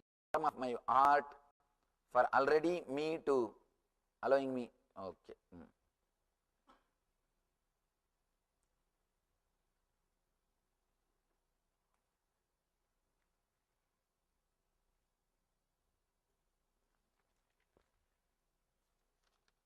Oh God. What is the difference between thinker and thoughts? Thinker actually doesn't exist. Thoughts sometimes exist. So, spaced out means absent-mindedness. Is it unclutched? No. Spaced out in a traditional sense doesn't mean being unclutched. We can say our own, spaced in. We can have our own word. Instead of spaced out, spaced in. Maybe that is unclutched. One chai shop wala is he is the guru for him. And one travel agent. All these fellows are guru for him. And he gives some press meet also there, sitting in Varanasi Ghat. What is impact of grahas? Oh God, who brought this graha and all? Forget about all these grahas. Be unclutched. You are constantly claiming about main truth or ultimate initiation. You claim this is to be answer to all problems including depression, irritation, etc. I am not claiming it. Try to practice and you will understand the truth. I am not claiming anything. I am just stating the fact. If this is that good, why this truth is not taught in universities where we have a lot of intelligent people? Any comment? I don't know. I don't think that in universities a lot of intelligent people. That has to be, that last statement I am not able to understand. If there are a lot of intelligent people, let them learn. I have no problem. Anyhow, I am making all these CDs available openly only. So, if they want, I have no problem. I can send some teacher and teach them. Can I have receive a spiritual name and maintain my current name in, oh God.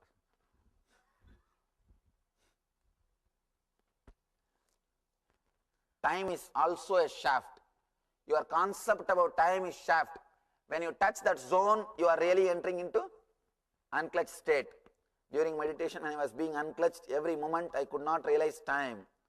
What do you think about this? I have nothing to think about it. You are really getting into meditation.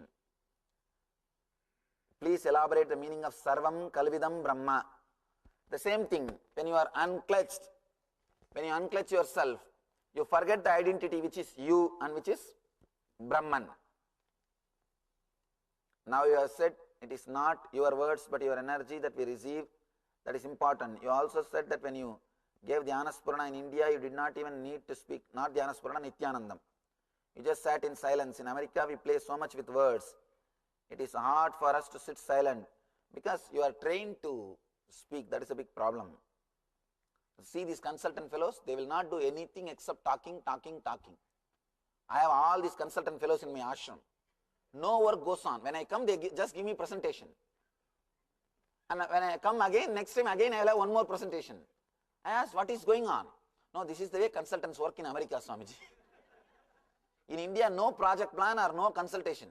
Simply things happen. Here only consultation goes on. No work happens.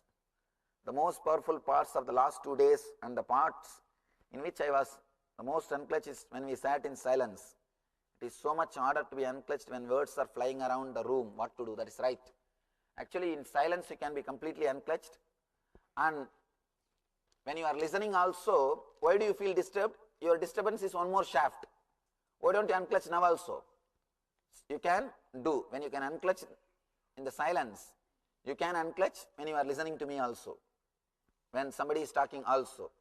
After hearing about unclutching, being unconnected, the mind is rejecting all thoughts. I am feeling emptiness. No thoughts seem worthy giving any thought. Why am I scared to stay in this emptiness? Why am I scared? Emptiness always, even your fear or being scared is one more shaft. Forget about it. Disconnect from that. I am aware that I withhold or in some way resist being unclutched. This is again one more, creating one more shaft. So, who is this questioner? I am aware that I withhold or in some way resist being unclutched. Be very clear. Even that you are thinking that you are resisting unclutching is one more shaft. Forget about it. Understand it is one more shaft and don't create, that's all. I know my mind constantly tells me I am undeserving. Is there anything further to do other than having the awareness? Just the awareness is enough, nothing else is necessary. Please define word unclutched. And what is the nearest word in Sanskrit or traditional spiritual literature? Maybe Nirvikalpa.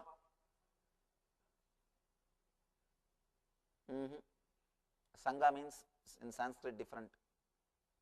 Your identity. Vikalpa can be the right word. Nirvikalpa. This is the closest. Because in Shiva Sutra I translated Nirvikalpa, that word only as unclutched. So, I have no mission, just to go around and unclutch people, that's all my mission is. And teach them that they are unclutched, that's all, nothing much. And whenever people are arrogant or egoistic, you see, the question somebody asked now, a few minutes ago, why should we use the mala or all those things?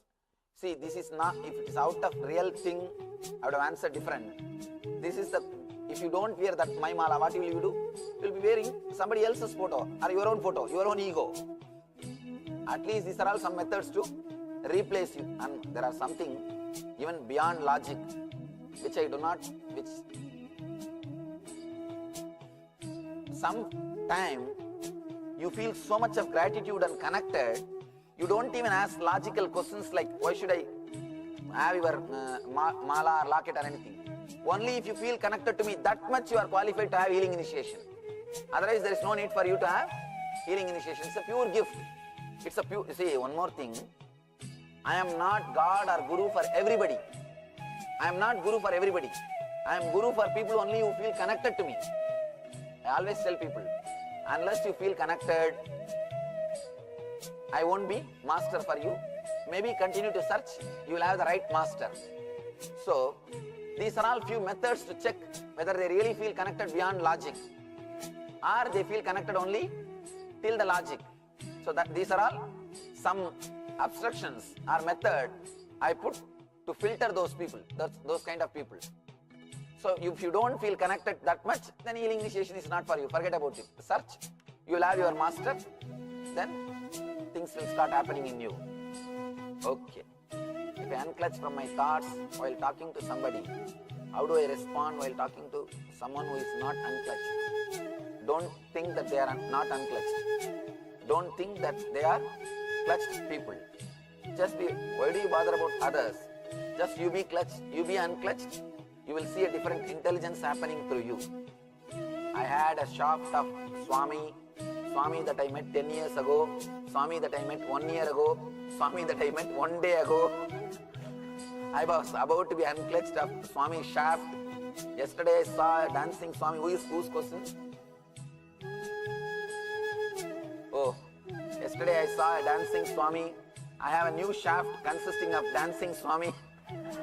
Am I having problem of getting unclutched now? Can you give me some help? No, don't worry, you will be unclutched. I will never make you clutched. So you will be unclutched. When you say unclutched from your identity, and I do it, I keep falling into Anandaganda, then the question rises, if I am doing right, and you are doing right. If you fall in Anandaganda, you are already doing it right. Nothing wrong. Somebody else.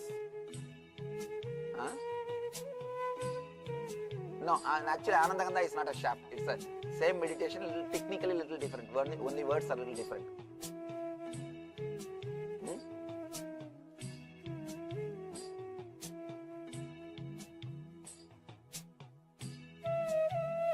I can be unclutched or transformed in a second. I can be touched, moved and inspired. But I am failed to unclutch my wife at any cost. Can you help me? Yesterday itself I told you the answer. If I know the answer, why you think I have become Swami? You be unclutched, that's enough. That will take care of everything. Are you saying we should stop thinking completely? Action without thought can be dangerous. What do you say? I am not saying you should stop thinking completely. Be unclutched. Whatever thoughts has to happen, that will happen automatically. In the initial level only, when you are unclutched, as you feel as if no thoughts are happening. Suddenly you will understand, even after unclutching, whenever it is necessary, it is getting clutched, work is happening. Whenever it is not necessary, it is unclutched. Your mind is being used as instrument, not as a master. You will understand that. Even now, when you go out to eat, just completely be unclutched. Stand up in an unclutched way, go there in an unclutched way, eat in an unclutched way, you will understand what I am saying. While penning down the thoughts, we realize that the speed of thoughts cannot be captured by a pen, however it reduces. Question. Understanding that we are unclutched is fine and easy to practice concept. A glimpse of enlightenment is possible. It may take different time for each individual to achieve complete enlightenment. Through awareness of being unclutched, what decides this time for an individual? See, be very clear. If you are unclutched now itself you are enlightened. There is no separate time. There is no need that you should be unclutched for 10 years, only then you will become enlightened. Nothing like that. It's just intensity. I experienced love towards the body after Annamaya Kosha experience, looking at it with new eyes, like a child. The more I realize I am unclutched, the more sensitive I feel to become to other people. Thoughts, because my own thoughts disappear. This disturbs sometimes or other times causes feeling of great love, connection and compassion. The body feels pure and sensitive. You are on the right track. Go ahead. Just be unclutched. I experienced dropping many times, but then it is all darkness. I feel I am stuck in dark space. I desperately pray at that time. I feel I am stuck in ignorance. Be very clear. Dark space does not mean ignorance. That's a wrong idea taught to you. I can feel silence when I close eyes and try to go inside. I don't feel silence. How do you unclutch when you are angry? Angry or hungry? Hungry now you are. You can learn. Angry, when you are filled with anger, just be unclutched. Just see.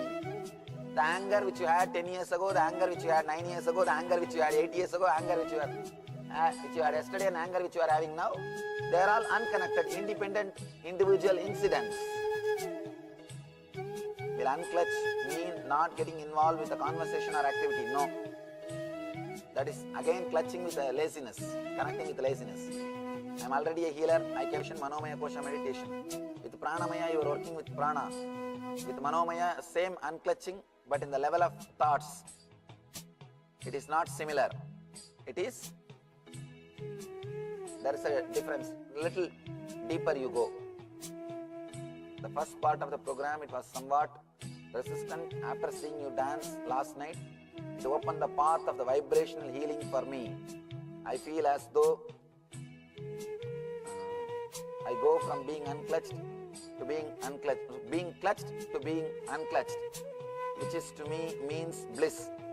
Is it only through enlightenment that one feels unclutched at all the times? Who is this questioner? Be very clear. If you are unclutched, that's enough. You don't have to bother about enlightenment at all. I felt a deep peace during the session. I have never sat and watched things, thoughts, emotion, pains. In a way, it was liberation from mantra, concentration on breath, etc. Is this what you mean by unclutched? Not forcing anything and noticing, watching things happen like a movie. Thank you. Right. You are doing things properly. You have strongly explained the technique of unconnecting with unpleasant experience and people. However, the real issue is as to how gradually disconnect and disassociate with dearest and the people you love and depart peacefully. Please be very clear. Unclutching is not only with the people who are unpleasant. With the people who are unpleasant, you can easily unclutch yourself. Unclutching is both the same technique only for the dear and near ones or your enemies. Just unclutch yourself from the idea of enmity. You have excellently explained the technique of dissociating people, past experiences. However, the real issue, I think same question he has given. He didn't trust that I will answer later, so I gave once more. Looking at a flower, person, or even you makes a whole lot of difference to me. After introduction to the idea of being unclutched, find myself disconnecting the old shafts each time. I appreciate and enjoy the people and objects around me more. I am excited about this new me. Thank you, Swamiji. Thank you. It's real, beautiful experience. This question about question from Sri Krishna Gadiyaram about Vijnana Vairava Tantra. The knowledge itself is answer. You don't need to separately visualize your question. Knowledge itself is an answer. I have noticed that although I love being in your physical presence, I actually feel more connected to you when not near you, when I am not near you. If I just look at your photo or even simply remember you, I feel so much gratitude and love, but not as much when I am in your physical presence. Am I just creating a fantasy or superficial shaft? This troubles me a little because most people want to be with you all the time. Am I just not connected yet? No, nothing like that. Be very clear. Sometimes in my absence also you may feel connected. That's nothing wrong. Feeling connected is enough. There is no need to worry about this. Don't create one more shaft based on somebody's explanation or somebody's idea. If they feel connected to me in my physical presence, that is nice. Why should you feel the same thing? There is no need. I think I finished practically all the questions.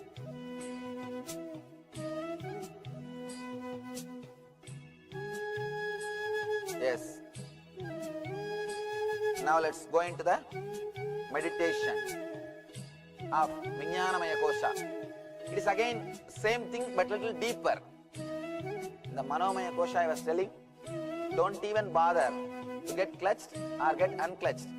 Now in the same way you will sit, but with the help of the master. Now I will also be helping you to churn your inner being. I will also be helping you to go inside to your inner space or to the space beyond the emotions. Please sit straight, close your eyes.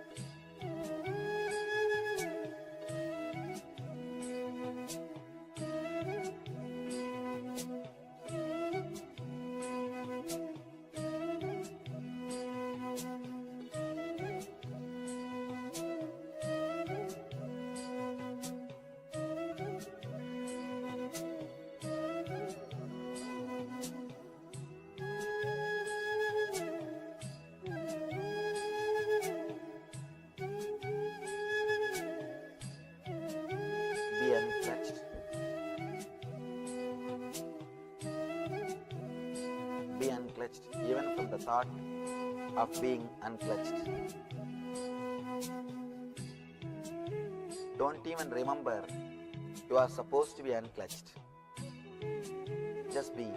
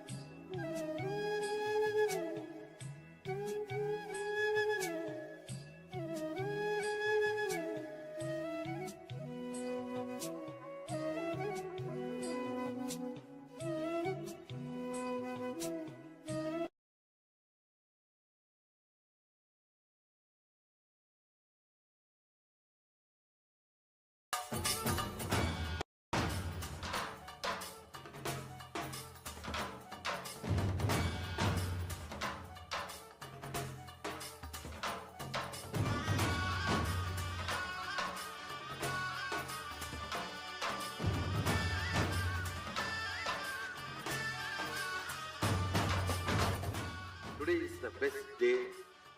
Sadashiva appears for Brahma and Vishnu early morning in the form of light shaft.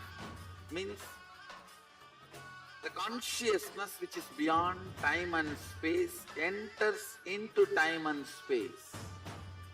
Sadashiva declares, let me become many to celebrate myself. So morning we celebrate he becoming many. You can see every deity, every god, we go and light the lamp. So each, the Sadashiva himself becomes many. So whole campus we went round. It was such high energy. So again the many becomes one. Not only spiritually, even socially, this celebration forms a very important part of my life. Because this is the only celebration I enjoyed from my birth, at least in this body.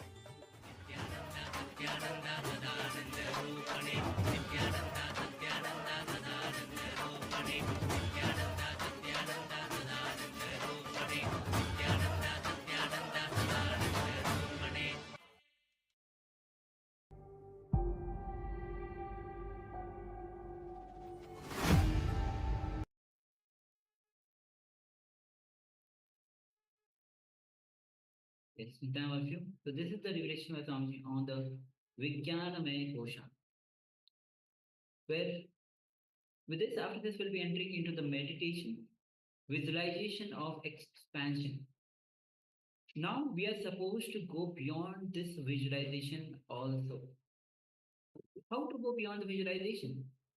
Because anything you do will be under your visualization. It's like going beyond your imagination. How can we? We can. Anything which you can visualize is your Vijnanamaya Kosha, the boundary. For example, if you can visualize the room that you're in, it means that the room has become your boundary. If you can visualize the entire house or place in which you are, it means that place, that house has become your boundary. If you can visualize the entire city that you live in, then the entire city has become your boundary. If you can visualize the entire country, the whole country has come inside your Vijnanamaya Kosha boundary. So it's all related to visualization, the level to which you can visualize. If you can visualize this whole planet, then the whole planet has come inside your boundary. If you can visualize the whole cosmos or the solar family comes into your visualization or Vijnanamaya Kosha. If you start expanding and visualize the whole cosmos, what will happen? At some point, your visualization has to break. It has to give way. As you're expanding your visualization, at some point it has to break and give a way. Sometimes it will give way only when you try to visualize this whole country. Other times it will give way the moment you try to comprehend the entire planet. But at one point, it has to give way. At some point, your visualization cannot go any further. It will only go so far, whether it's this country, the city, whether it is the planet, the solar system, the galaxy, or the entire cosmos. At some point, it will give way. It's just the way it works. You will see that your visualization will give way. At least for a few moments, you will relax without a visualization happening in your inner space. So let us see how it feels. If you have the urge, the very urge will stop the process. Visualize a city. When you visualize a city means whatever you know about that city, visualize and feel it inside your skin. Again, when you want to visualize a city, whatever you know about the city, visualize and feel it inside your skin. With the traffic moving inside your skin, The whole thing is happening inside what you think as your boundary. Just expand your visualization step by step. Suddenly, you will see that your visualization gives way to existence itself. Yes. So now let us start this visualization expansion meditation. So requesting all participants, please close your eyes. You can tie your eye bands if you wish. Make sure you sit in a very comfortable way, but do not lie down, do not sleep. Just sit in a relaxed, comfortable way. Also, there should not be anything tight gripping your body, so it doesn't distract, it doesn't take attention towards that part of the body. So sit in a nice, relaxed way. Don't lie down. You can have your eyes closed. You can tie your eye bands if you wish, but please do not lie down. Do not sleep. If you lie down, you will invariably go to sleep. And also, don't have anything tight gripping your body. Anything tight will distract you. Your mind will choose to go, hey, this is tight. Just feel your boundary of the Annamaya Kosha. So let us start now. Feel your boundary of the Annamaya Kosha, which is the physical layer, the physical body that we are aware of. We can see, we can touch. This is your Annamaya Kosha. So just feel the boundary of the Annamaya Kosha.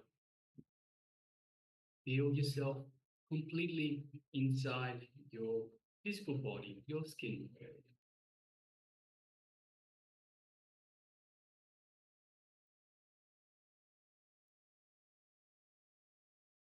Let's take a moment and completely feel yourself within this boundary of the physical body, of this physical layer.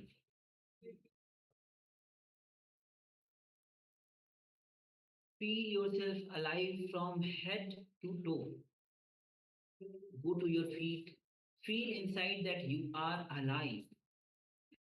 You are alive inside your feet. Feel yourself completely alive inside your skin. Your head, your toes, your hands, your fingers. You feel yourself alive everywhere.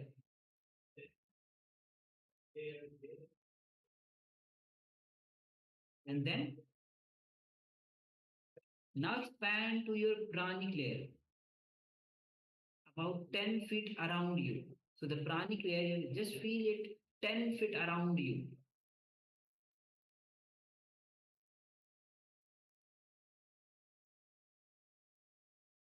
If there's anyone sitting around you, they are all inside you at this moment, as we've expanded to 10 feet around you. Anyone within that 10 feet radius is sitting inside you. Just feel that expansion 10 feet all around you. Feel that you are expanding up to your pranic layer, up to the space where you can feel the smell. Feel that anyone and anything that is within that 10 feet radius are all sitting inside you. Just take a moment and start feeling that you have expanded to your pranic layer, the space we can still feel the smell. Around 10 feet all the way around you, every angle. Anything within that 10 feet radius is inside you, sitting inside you, inside your boundary.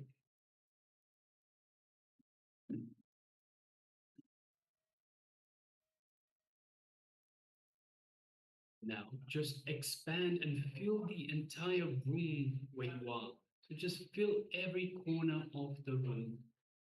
Feel that you are filling every corner of that room. So have a look around. Feel the entire room you are in. The whole room is now inside you.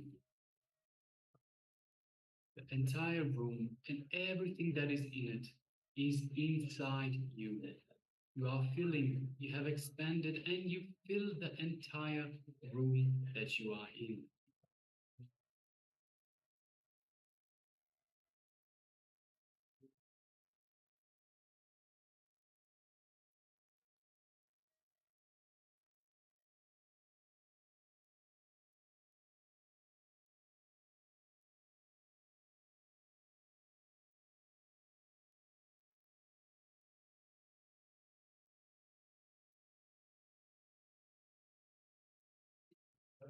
Now expand and fill this whole building where you are. And see very clearly the whole building is inside you. Expand your space.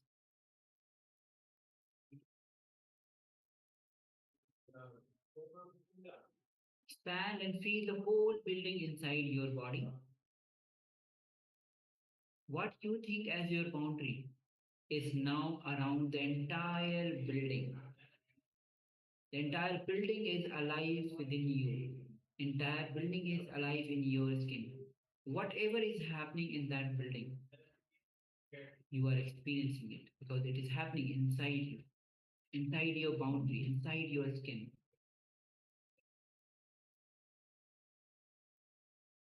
Next, expand more from building, expand your boundary to the whole street. See that the whole street is inside you. Whether the traffic is moving, any movement, everything that is happening inside your boundary. Whether people are moving, people are walking, people are talking, vehicles are moving, they are making sounds, traffic lights, everything is happening inside your boundary.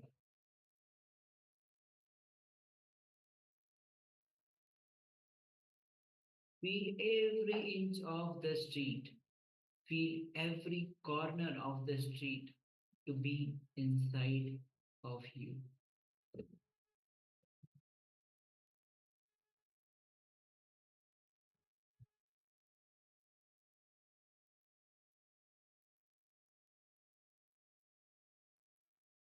Now expand and feel the entire city.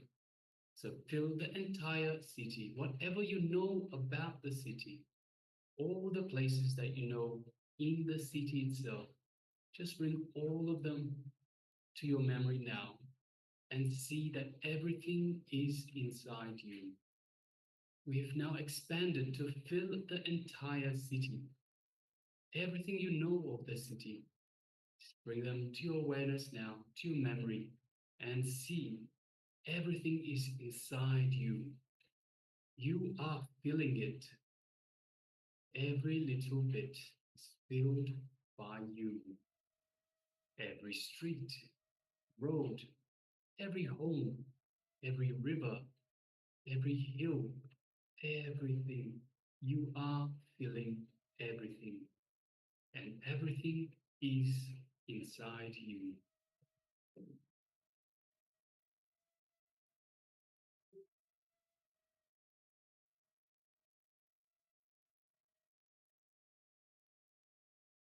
Now expand further and fill all the corners of the country where you are in. Expand your boundary to the whole country itself. And all the people inside the country are happening. It's happening inside your boundary.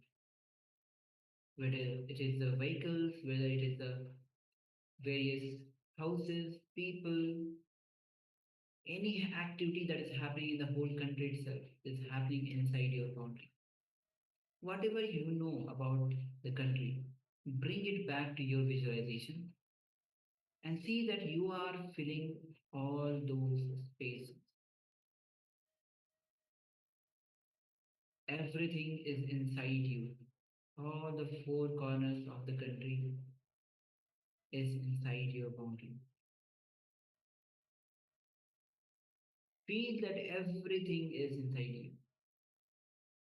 All the movements, everything is inside you. You are feeling everything.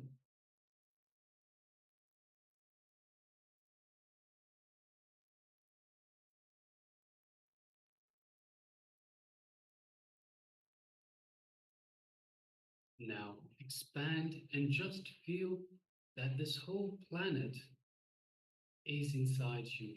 The entire globe, the whole world is inside you. whatever you know about the planet, or the places that you have heard about or seen, wherever your memory can penetrate, expand to cover it. Let the whole thing be inside your inner space. Experience all the places inside your boundary, inside your skin, inside you. Expand. Let everything be inside you. Feel the oceans, feel the mountains, rivers, cities, everything to be inside you.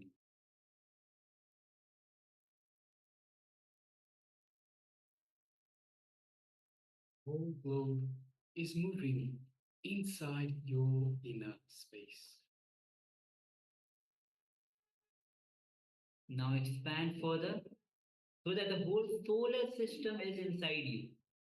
There's the sun, the moon, the planet Earth, all the planets are moving inside you, inside your boundary. Expand to the whole solar system, the solar family itself, and feel everything moving inside your head. Everything let everything be inside your head. So that now see that you have expanded and the whole solar family is moving inside your head.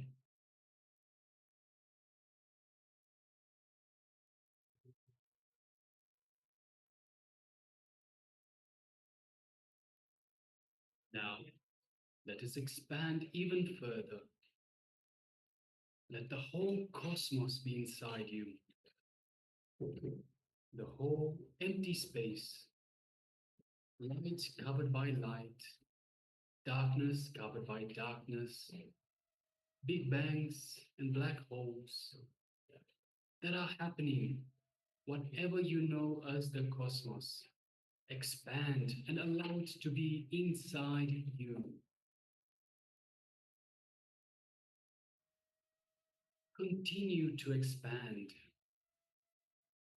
Feel the bliss in you. Feel the immense lightness in you. Feel the expanse of bliss inside you.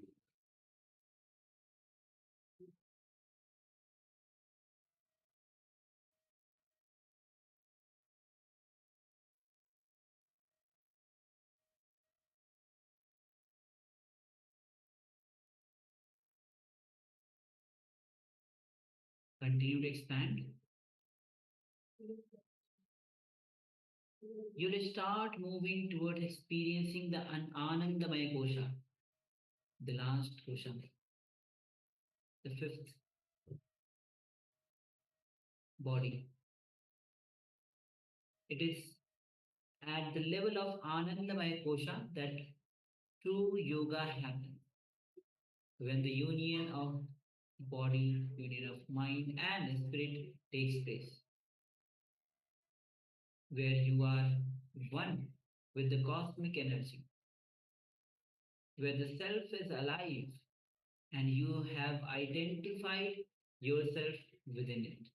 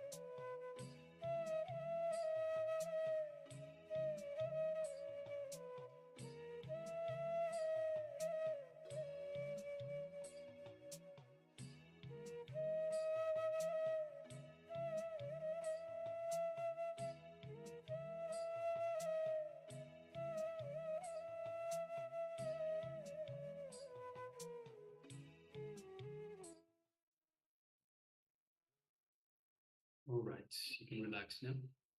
So that is a wonderful meditation technique to expand our consciousness, expand our boundary into different layers, different koshas, all the way through to the Anamaya kosha, the last kosha, where we are one with the cosmos. We are one with the superconscious energy that is Paramashiva.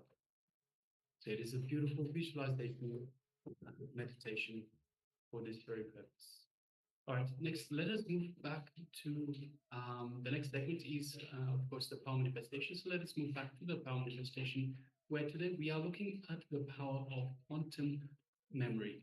So quantum memory, just earlier, in the earlier segment, we were looking at all the different applications, all the different ways that you can use this power. And of course, there are so many different applications. We were talking about students, for example. Students can just pick up the course book, and within minutes they can know everything about the course book itself. They can get tested just the way Vivekananda was manifesting and got tested a few minutes after just simply downloading the information from the Cosmic Archives. And he was able to answer every single question about anything at all to do with the book itself, any topic from the book, no matter how much detail was asked. So in the same way, students can very much use this power, this manifesting this power. Also, we looked at perhaps if you do some research, you go to a library where there are lots of books, and of course this cuts down the very research time just by simply downloading directly from the Cosmos. Of course, also another application we mentioned was, of course, in the kitchen. You want to know how to make certain recipes. You can have a recipe book and just download all the information. You can become a chef just overnight. So yes, so many different applications. And of course, you can let us know yourself of any other applications that you think you can possibly use this power for. Now let us get ready to enter into this power manifestation. So once again, we will display, just for a few seconds, we will display a page from the book, The Science of Living Enlightenment by the Supreme Pontiff of Hinduism, a wonderful book. And just by gazing at it, not reading it, not engaging the mind, just by gazing at it, connecting to it, we will be able to download the information and say what the book is about, what the information that is being displayed on the page, what that is. So requesting everyone, let us get ready.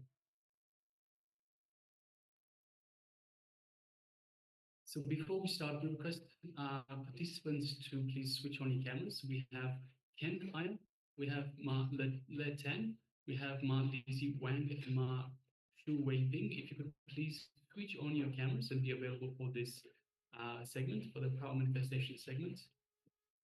And we also have Ma Kaylee Wang. Ma, your camera is turned on, but we cannot see you in the camera. And also Xin Wang.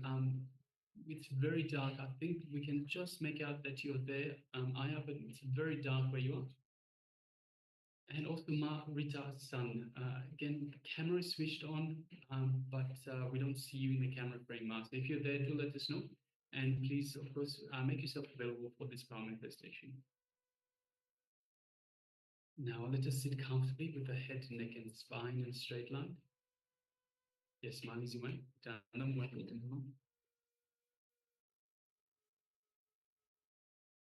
And let us just unclutch. So let us just take a moment and unclutch. Unclutch from anything external, any worries, any anxiety, anything about the outside world. Let's not let it get in our way. This is our time with Paramashiva, our time with Swamiji, where we manifest the powers of the third eye. All those worries, all those anxieties, they'll still be there after the power manifestation. So let's just take a break. We can even put all of that onto Swamiji, any anxiety, any worries, frustrations, any of that. Just say, Swamiji, you take care of that for a little while. Let me do this power manifestation. And as you do so, you will feel so much lighter. All the responsibility, even if just momentarily, will be lifted off your shoulders, and it will feel like such a relief. Not only that, but you will come to the space of restful awareness. So let us unclutch from any of those, any worries, anxiety, fears, and just come to the space of restful awareness.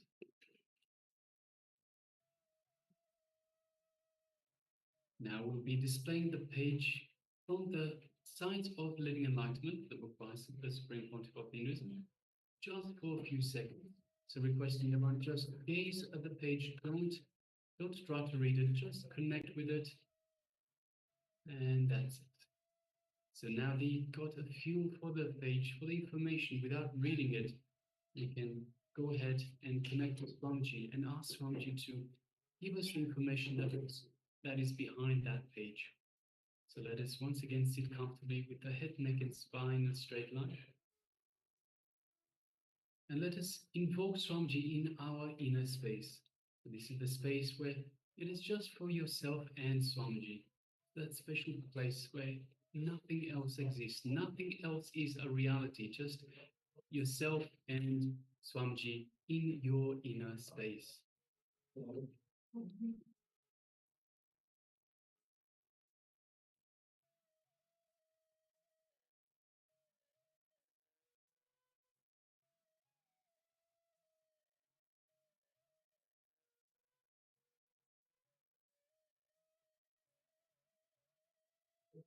Yes, so visualize your favorite murti of Swamiji, the one that you feel most connected to in your inner space.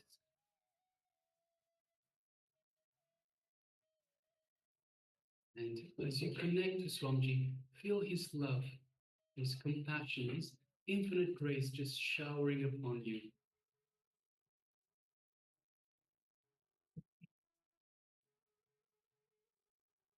Just feel all of that in your inner space. It is just you and Swamiji in your inner space.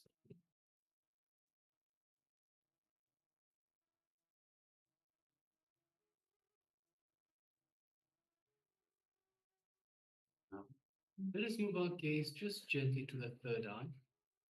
And through the third eye, let us visualize Swamiji and look into Swamiji's third eye. And as you do so, you feel a connection, an energetic connection from Swamiji's third eye into your third eye. Just feel that energy in your third eye.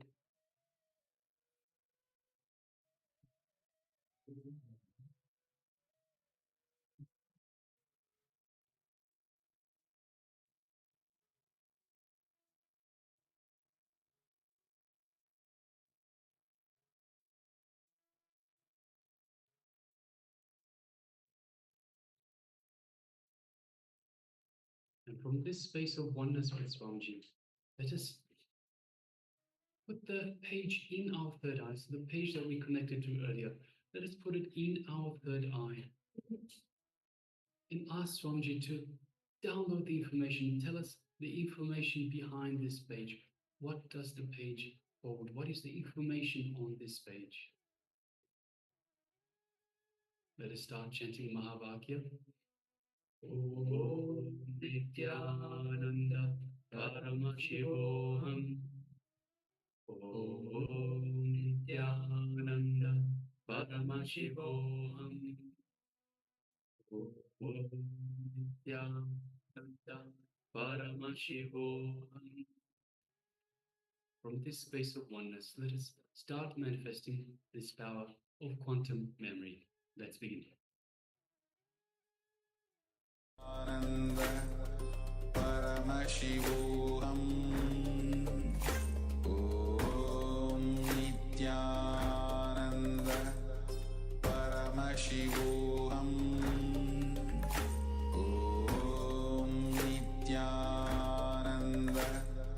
Paramashivoham. Om Nithyananda Paramashivoham. Om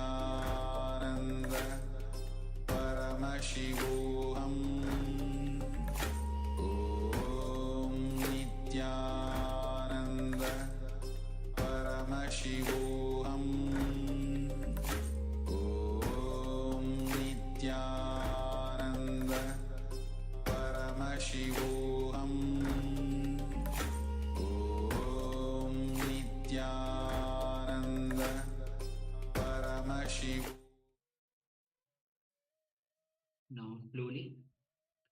You can relax and you can open your eyes.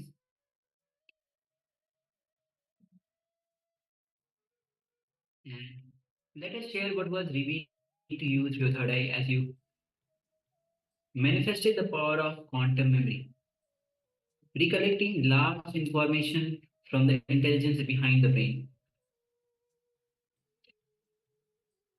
Even if you saw one word or a few words or the full paragraph, do not hesitate to share because the word you share might be related to the what content of the page was. So take a minute to share. And all the participants on YouTube, you can also start sharing what was your revelations, what did you see, what when you scanned, manifested as power.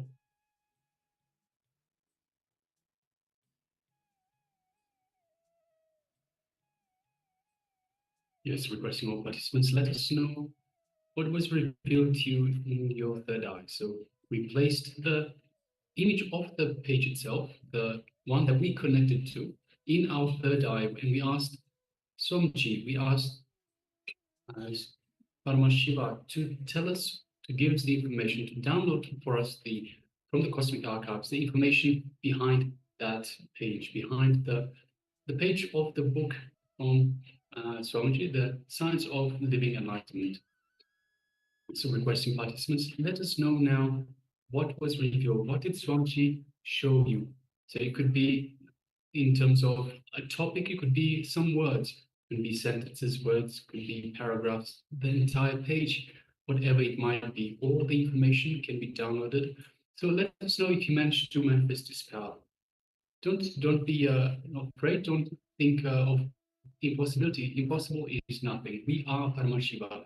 As we spoke earlier, we had the promo for the Kartikeya Deepam.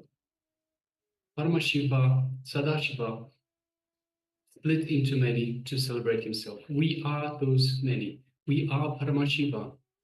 This is who we are. This is our true nature. We are Paramashiva. We are everything, and everything is possible. Everything is at our fingertips. Everything can be achieved. Everything can be done. So impossible is nothing. So just take a moment and share with us what was revealed to you, and don't have any hesitations. You might be thinking, hey, maybe this isn't right. None of that. Just drop that as soon as that thought comes up, as soon as anything to do with doubt, anything to do with limitation, just unclutch from it. Unclutch like there's nothing else that you can possibly do. Unclutch from that. No limitations, no impossibilities, just unclutch and have confidence that you are being shown, you are downloading directly from Paramashiva himself.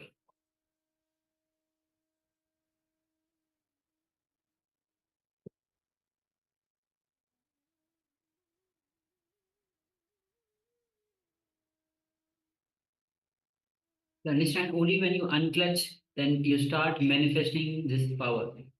All right, we have one sharing from Ma Lithian. First of all, welcome Ma Lithian, Yes, that you have joined us for the Paramashivoham Level 1. Okay, so she shares wisdom, circle shape, being complete. Yes. Thank you for sharing. Thank you, Ma.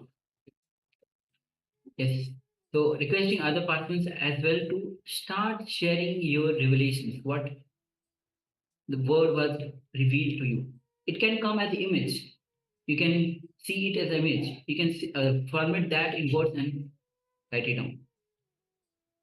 Anything that can be related, you don't know whether what is there, or it can be even related to what was being revealed to you.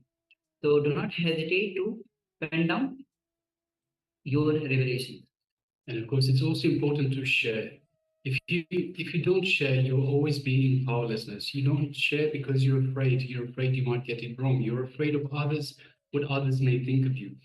But keep in mind, there is no comparison. We are not comparing one with the other. We are not marking you in any way to say, hey, you're getting 3 out of 10, you're getting 9 out of 10, and so forth. There is no such thing. In fact, it is simply impossible to compare one to the other because we are unique. We are unique expressions of Paramashiva. We have our unique path, our unique expression. As such, there is no point comparing one with the other because there's no point in comparison. So please understand, do not even think about what other people say because it's simply not reality. Anything that you do see, feel free to share. When you share, you build confidence in your ability. Even if you haven't yet manifested, you have that confidence that yes, I will be, and that expectation that I will manifest. And that is very important. It is a change in attitude from powerlessness. You go from powerlessness where you're afraid of sharing to powerfulness where you have the full expectation that yes, I will manifest this. I'm not yet manifesting, but I will manifest. This is the truth, the reality. This is the only truth that we entertain. We are yet to manifest, and when we do manifest, we will get so much more confidence in ourselves. And with confidence, confidence breeds confidence. You start having a little bit of confidence, you have the confidence to take to a step further. And this is what it's all about. So please start sharing, share, even if you haven't yet manifested. It is okay. No one's judging you, no one's giving you marks. It is all about you. You are the special expression, the unique expression of Paramashiva, and you have your own path. When the time is right, when everything is in your favor, everything goes right. All right, so with this, we'll be actually verifying. We'll be showing you the page which we had shown you before to verify. And so that you can also look at it and start to verify your revelations as well. And even those who have not shared their revelation but have manifested, they can also have a look at it and verify. And understand that all the powers starts from the oneness. The more you start connecting with Swamiji, the more the connection with Swamiji gets deepened, the more you are able to manifest the powers. And the more you are able to manifest the power of Paramashiva, you get the confidence. Yes, Paramashiva is alive and he is manifesting through me. I have that potential, that peak potential that Paramashiva is flowing through me. And that possibility, that peak potential exists for me as well. So, understanding this, being excited about it, whenever you are manifesting the power, go on manifesting the power again and again. Somebody says, whenever there is a power manifestation, be excited about it. Be totally enthusiastic about it. And start to manifest whenever there is a power manifestation, be totally joyful and manifest the power.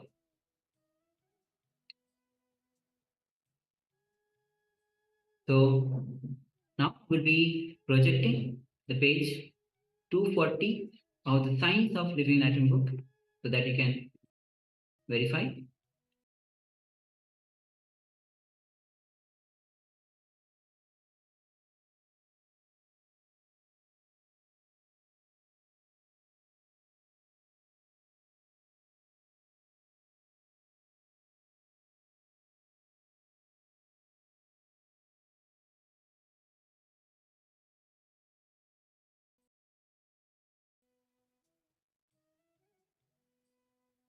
The Tattvas, nectar pot of spirituality.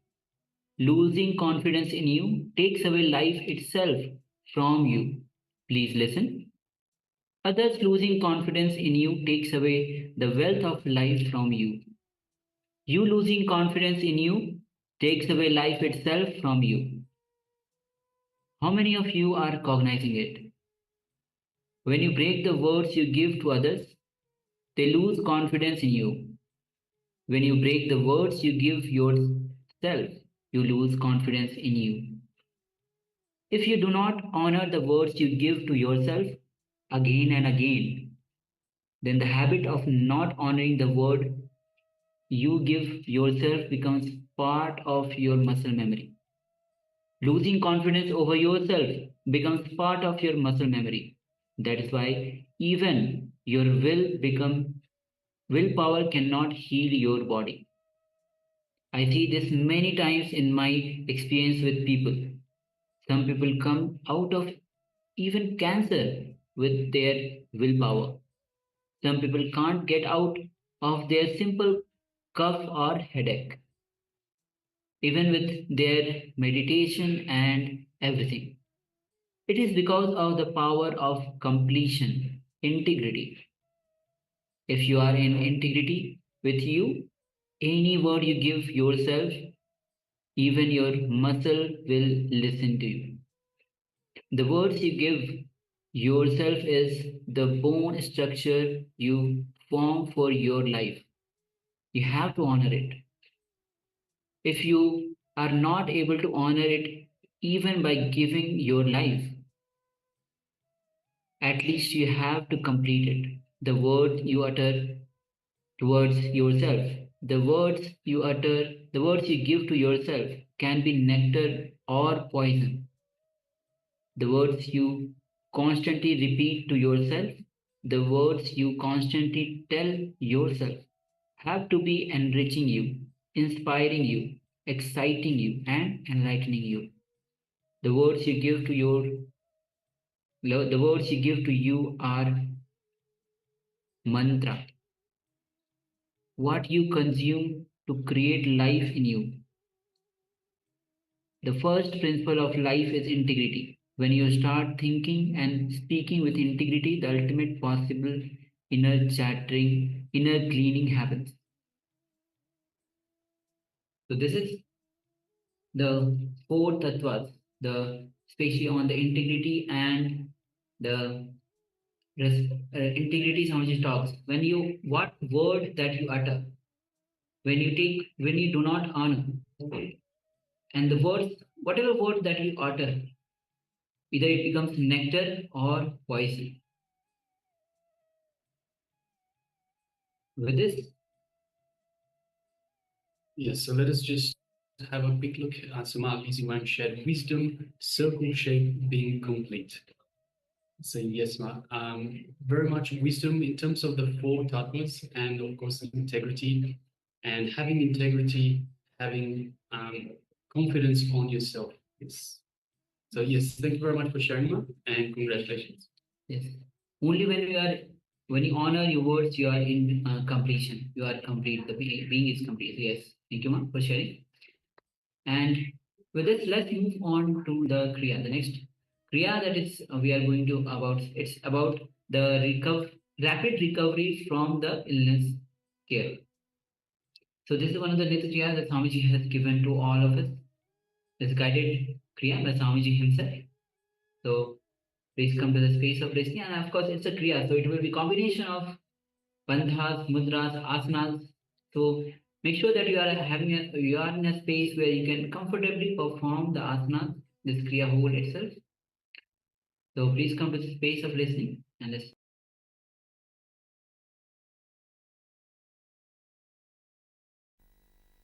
Nitya Kriya for rapid recovery from any illness, like a tiredness, other sickness, fever, any illness. Anjani Asana, first step. Then Shitali Kumbhaka. Shitali Kumbhaka.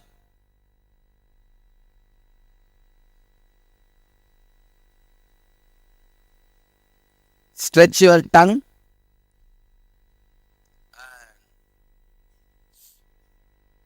Roll sides of the tongue like a tube. Inhale through the tongue and hold as long as you can. And exhale slowly. Do this 10 times. Not 21, 10 times.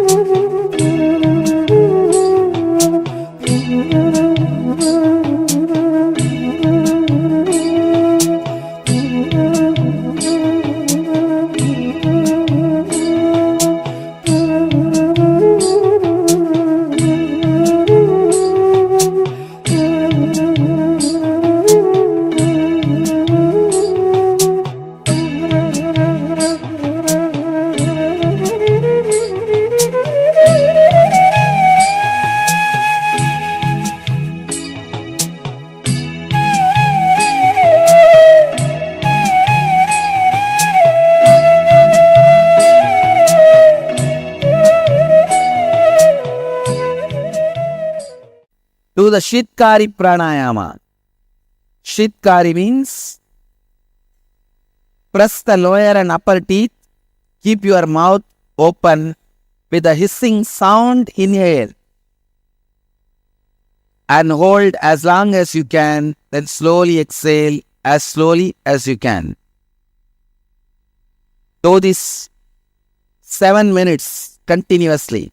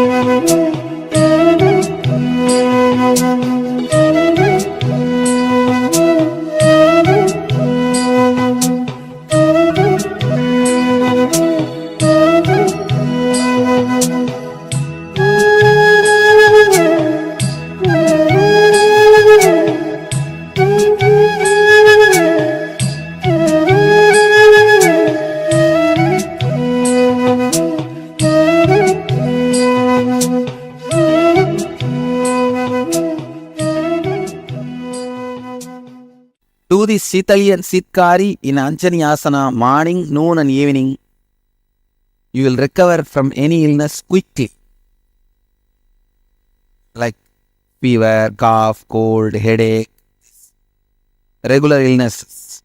You will recover from it, body pain, from all that very quickly.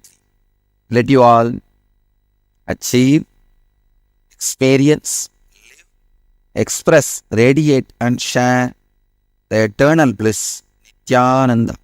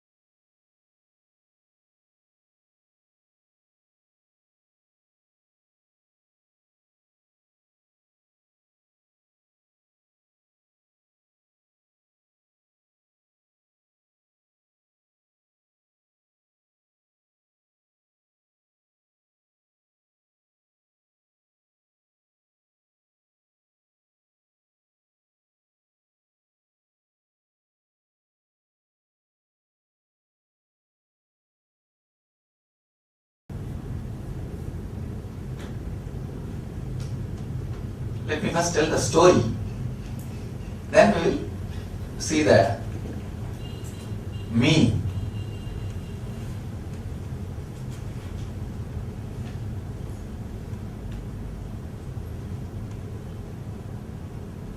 See, it was Narada who is the one who started everything. This Narada is like a communication minister of those days. He used to take message from here to there, there to here, that is his only work. And he will not just take, he will twist it. He will give his own twist. One day he saw the jewel on the chest of Vishnu, new jewel, Shamantaka. Beautiful, shining jewel on the Vishnu's chest. And he asked Bhagavan, from where did you get that? He said, some devotee gave, maybe Varuna Raja gave. And Narada was thinking, oh God, such a pretty jewelry. But somehow he wants to have a little fun. Went and spoke to Indra, greedy fellow. See, Vishnu was not greedy. Because the devotee gave, he was wearing it. It was there on his Srivatsa. Srivatsa means his birthmark, Vishnu's birthmark. And that Shamantaka was sitting. Srivatsa can be called like a twat. Dwat. What do you call it? What? Sorry, what? Like a what? It was a little big birthmark. Maybe that can be the thing. So, Srivatsa. So he saw the Shamantaka on Srivatsa, and Narada went to Indra and said, Indra, look at this. Varuna, this fellow is your servant, but he took the Shamantaka and gave it to Vishnu. He did not give it to you. Then Indra got very much annoyed. But he can't tell that directly to Narada because he knows Narada will go and tell this to Vishnu. He knows Narada will go and tell this to Vishnu. He said, no, it is given to Bhagavan. It's okay, leave it. It should be with Bhagavan. But immediately he called Kubera and said, how dare that Varuna will hand over this to Vishnu without asking us, because all the nidhi of planet Earth and the ocean. See, Sangha nidhi, Baduma nidhi. The Baduma nidhi means the lotus which comes out of the mud, ground. Sangha nidhi means the conch which comes out of ocean. So both wealth belongs to Kubera. Sangha nidhi, Baduma nidhi. Conch is the wealth of the ocean. All things comes from ocean. All jewels of ocean is denoted by Shankha, conch. All wealth comes from the land is denoted by Baduma, Batma, the lotus. So both belongs to Kubera. So how come Varuna go and hand over the Sankanidhi, which is your property, to Vishnu without your permission? This fellow cannot directly question Varuna. Then because Varuna will go and tell Vishnu, hey Baba, I gave you and this guy is catching me. But going through the bureaucracy, the department. Now Kubera calls Varuna and straight away asks, how come this did not come to my treasury? Then Varuna says, you are Yaksha, he is Lakshmi. You see, the Yaksha means who possesses wealth but neither enjoys nor let others enjoy. Lakshmi means who keeps the currency moving, who enjoys and let others enjoy. The modern day economics theory. See, the modern day economics theory, they have described so clearly. Yaksha is a person who is sitting on the wealth practically, if the more yakshas are there in your country, means the country economy will be low. India is filled with yakshas. West is filled with Lakshmis. Guys who spend, who let the currency rotate. Let the currency rotate. The rotation gives value to currency, life to currency. Currency means what? It should be rotating. That is the currency. So Yaksha gives importance only to hold the wealth. Lakshmi means rotating the currency. The Varuna says, even if I give it to you, it will be sitting inside a treasury. Nobody will even know. Nobody will see. Don't you see how pretty it looks on the chest of Vishnu? So the Varuna says, that is why I offered at the feet of Vishnu. He is weary. He is enjoying. Then Kubera makes a petition to Indra. No. This cannot be accepted. Now we don't know what all the wealth this fellow is hiding. Let us churn and bring everything out. Let us churn and bring everything out and bring the whole thing to treasury now itself. Nothing should be left with the Varuna Raja. This is where the problem started. This is where the problem started. Now, both the Indra decides, we will churn the Varuna Raja, ocean of sea, and get all the wealth out and dump it in the Kubera's treasure, Yaksha. It should be under our control. It should not be left with Varuna anymore. They decided to churn. Now the problem is they do not want the higher authorities to know. It's like among the brothers they want to plan and do. Now the Mantralosana starts. They decide, we will not inform or invite Trimurtis. Because the whole plan is against Vishnu. Because the jewel went to Vishnu, these guys are doing this journey.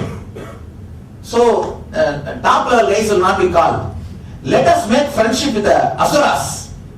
Let us do. Let us do amongst ourselves. So that nothing can be done.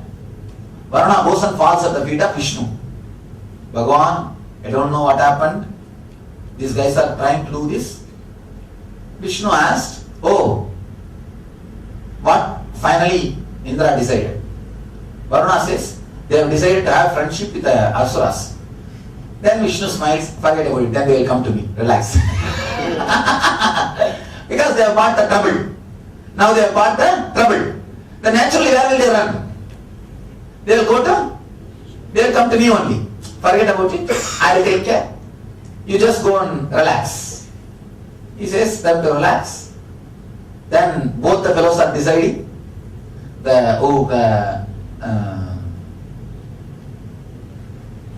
Rakshasa and Devatas, demons and gods, both of them decided we will churn the ocean and get everything out. See, in India if you have seen that they will churn the milk. Buttermilk. If anything is lying under the ocean, what will happen? It will come out. It will come out. Just like that they want to churn the ocean. So now, both the guys came to the agreement and that yes, we will churn the ocean, and they have decided the Merugiri should be used as a what do you call? Mattu. Like a stick. Stick. No, there is a technical term for Fulcrum, I think. Center. No. That Mattu has got a technical English word. Axle. Like axle, that is true. But there is a technical word for it. I know. Fulcrum, I think. There is a wooden piece. They will use that. Blender? Spindle, okay. Alright, you can have the title spindle. Let's understand with the word spindle. They have decided Meru should be a spindle and the what to say that? Adisesha, the snake on which Vishnu is lying, that should be the rope. And after all the Where is Meru located actually? Is it? Oh, Meru is not actually the physical plane. Meru is the etheric plane. The Kailash and the physical plane is like an airport from where you can go to the Meru. It's an airport from where you can take off to the original Meru. That is why it is considered as a Meru. That is not Meru. That is a plane from where you can take off. And these fellows decide. That's what here now problem comes. That's what I'm saying. That's what that's where the problem starts. That's where the problem starts. The rope and the spindle, both of them decided. Now who will go and ask? You see, not only rope from Vishnu, the spindle is Shiva's. Shiva's spindle and Vishnu's rope. But these fellows want to do without telling them. And now starts the fun. Now these guys are sitting and discussing what to do, how to get both of them out. How to get both of them out from the Vishnu. From Vishnu and Shiva, they have to get the spindle and the rope. But they don't want them to be part. They don't want them to be part because they may ask for a share whatever comes out. So now these guys have finally decided to send Narada as a representation. Narada is a representation. He goes there. Narada goes and says, Bhagavan, we need your Vasuki and the hill of Shiva, both for churning the ocean. Vishnu says, what is there? Please take it. And immediately he tells, please go. Vasuki goes. One moment Vasuki, Adisesha asks, what should I do, Bhagavan? Just go, I'll take care. Just go, I'll take care. And he says, you go. And then the next side, the hill, Mandara, spindle from Shiva. Narada goes and asks, Bhagavan, we need your Mandara, your hill. Shiva says, what is that? Please take it. He also gave it away. After everything, all the things have arrived, now they are ready. Now they are ready with the whole thing to start the journey. Now fighting starts. The fight, the fight is also again created by Narada. Narada says, Narada goes and slowly tells Devatas, see, Devatas are the leaders. So hold the head side, not the tail side. See how the fight starts, who will hold the tail of Vasuki, who will hold the head of the snake. So all Devatas say, we are superior. We will hold the head. And Asuras say, then what? We are lower or what? We only will hold the head. And fight starts.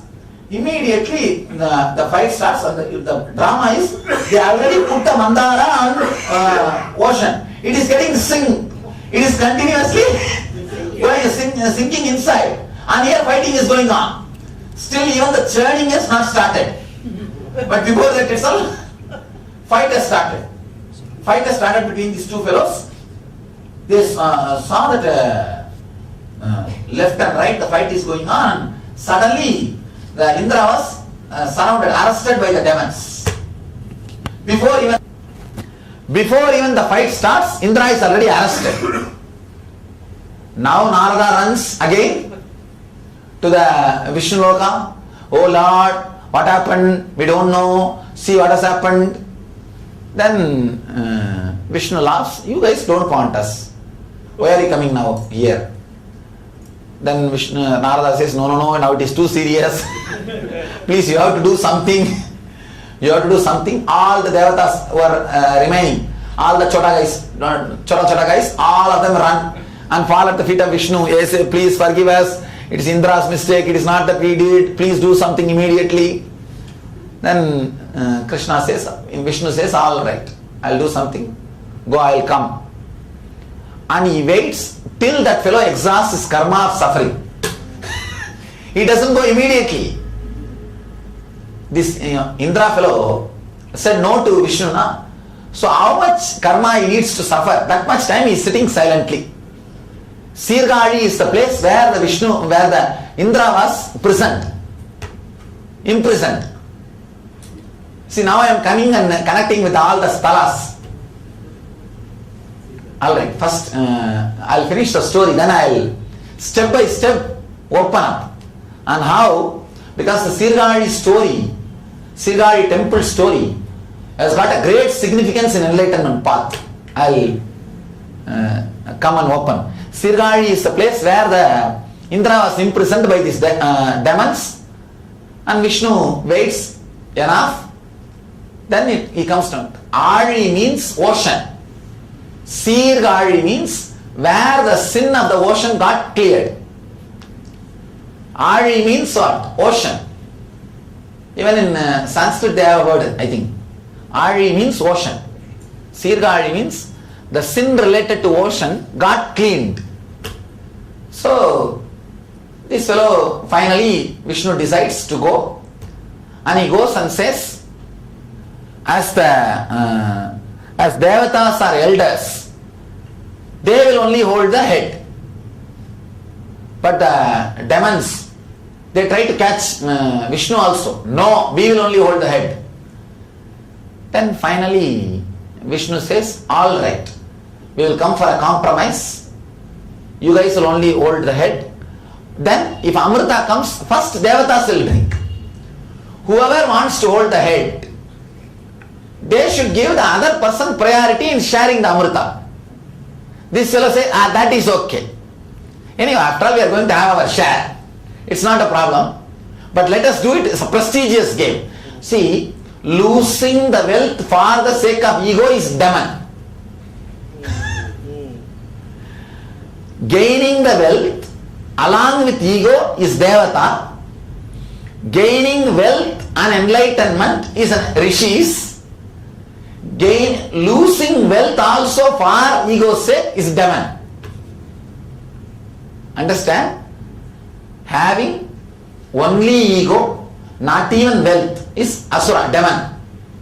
Having ego and wealth is the devatas. No ego, wealth and enlightenment, both are there. People who stay in the Vaikuntha are KAILASA, rishis, enlightened beings. So these guys, they are so crazy, they are so cranky. These fellows did not even have the idea that they are losing Amrita, nectar. But anyhow, they decided, all right, we will let go. Then Vishnu comes and tells the devatas, but the devatas fellows don't want to go for compromise. He told, fool, Vasuki will emit poison if she is going to be used as a rope. Because, see, continuously the Adisesha will be pulled this side and that side. What will happen? He will sweat, and his sweat is poison. Will you guys be able to handle? They say, oh God, you saved us. You saved us. Then he says, come on this side. And go that side. Now the next drama starts. They start churning. The churning starts. And the sound which is created deafens the whole world. Deafens the whole world. And left and right, the churning is going on. And when the churning is going on, first the top level things started coming out. Like animals. The seahorse, what they call? Seahorse. All those things started coming out. Then the apsaras, the Batala Loga, whatever was there, wealth, Kamadhenu, Kalpavriksha, everything started coming out. One by one, one by one, one by one.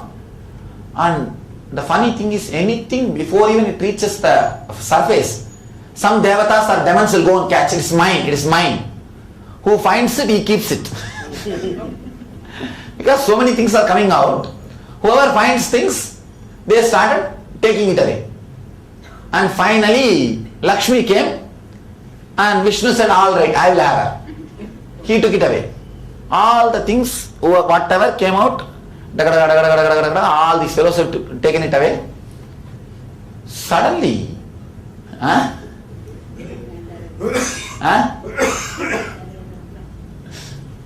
that was the music, background music. Suddenly, this Adisesha became so tired. He said, no, give a break. I am not able to do anything. Because he became tired. But these fellows are so greedy. They said, no break. They are pulling and pushing. He became little longer. Because he became little longer, the spindle started sinking inside. Spindle started sinking inside. And because spindle started sinking inside, the overweight, he emitted the poison. He emitted the poison. The moment poison came, all the fellows, Devatas or Asuras, everybody, whole group left everything and ran away. Left everything and ran away. And the spindle is going down and down continuously. Immediately Vishnu took the form of a tortoise, went and held the spindle without sinking further, much further. And all these devatas ran to Shiva. God, please save me. Because already Vishnu is also in the job of holding the spindle. Actually, what Shiva gave, Vishnu took care. What Vishnu gave, Shiva took care. Vishnu gave Adisesha. So Shiva took care of Adiseshas, the poison. What Shiva gave? A spindle. Vishnu took care of the spindle. Then Shiva says, all right, don't bother. I'll take care of the poison. He just took the poison and swallowed it. Swallowed it and put it at the feet, at the neck. Devi just holds the Shiva's neck and the poison stays there itself. That's another one great important thing you need to know. Even if poison is added to enlightened being, not only he does not die, the quality of the poison disappears. Even the quality of the poison disappears. That becomes a divine. So he swallows the poison and it stays in his throat itself. It does not work anymore. Then finally, the Vishnu balances the tortoise.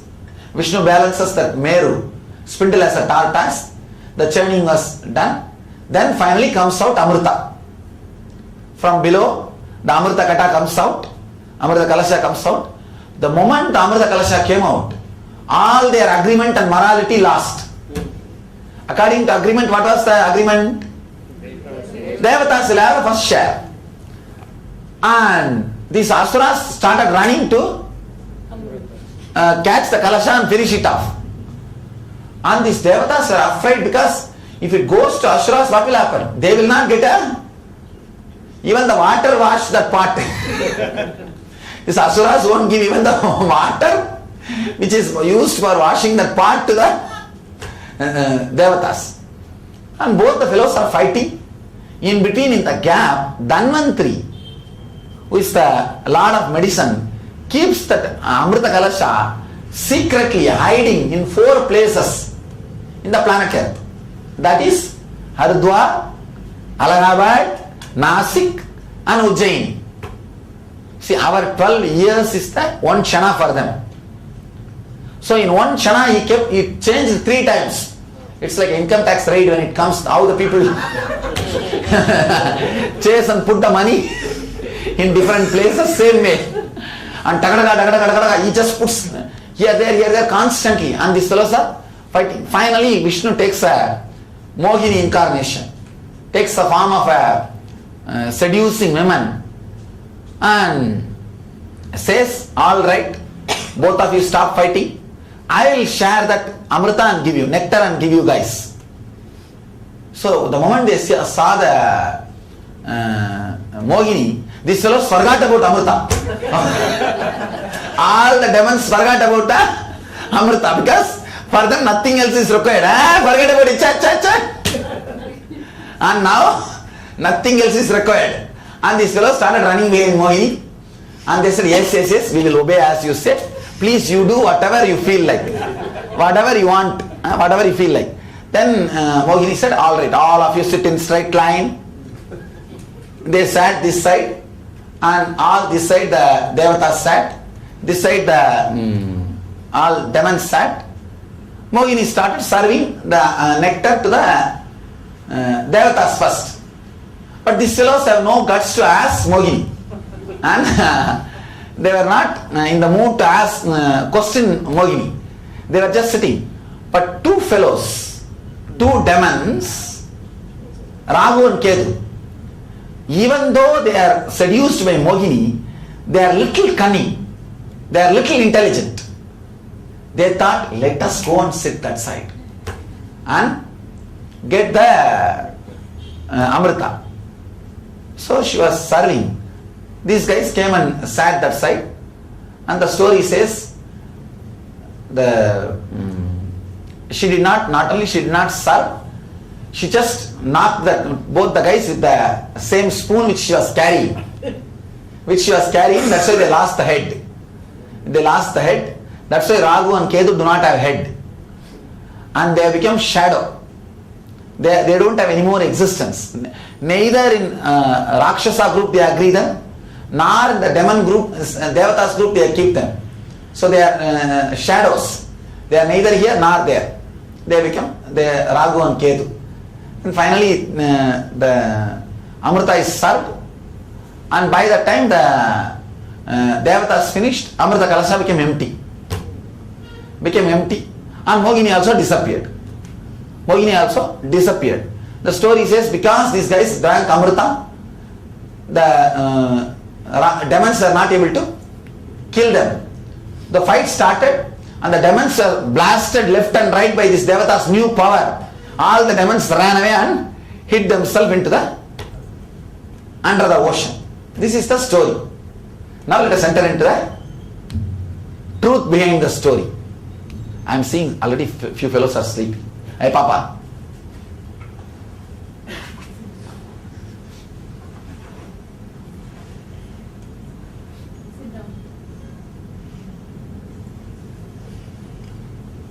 Why suddenly all fellows are sleeping?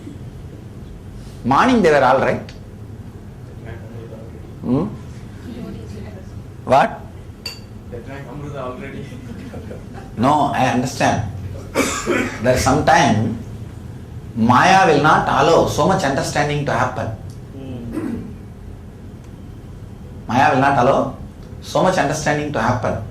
So be very careful. Maybe now you are getting slowly caught by Mohini. So it's Amrita, Amrita, coffee. But if we give one more break, so much time will be wasted. Where is the watch?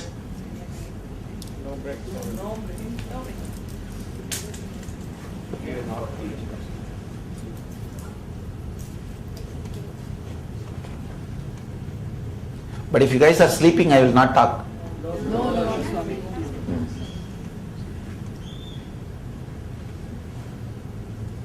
Understand?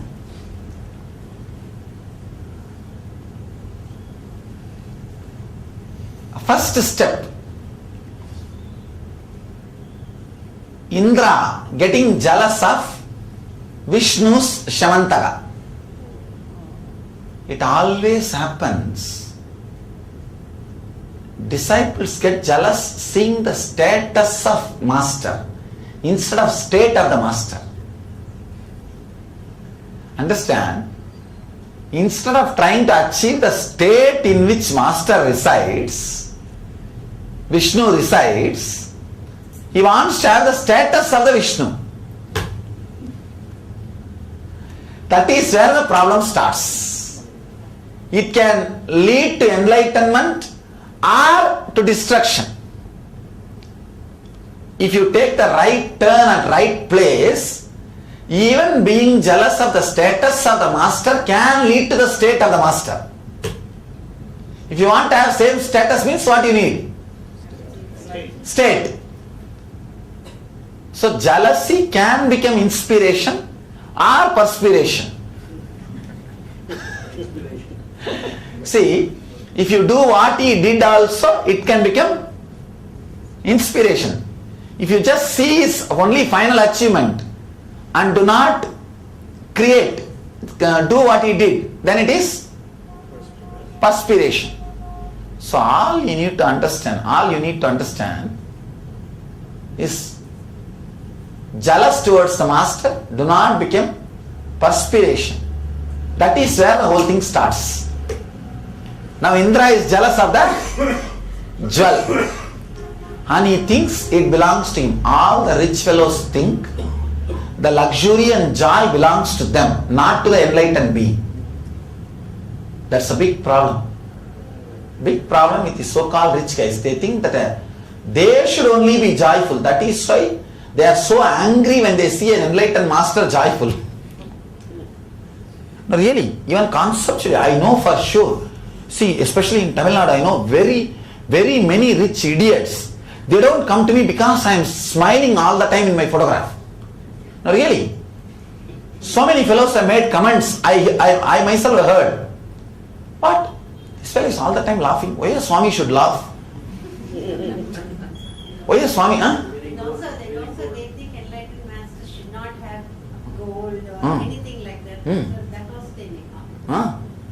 I have seen these fellows think that joy, laughter or shamantaka is their right because they worked for it.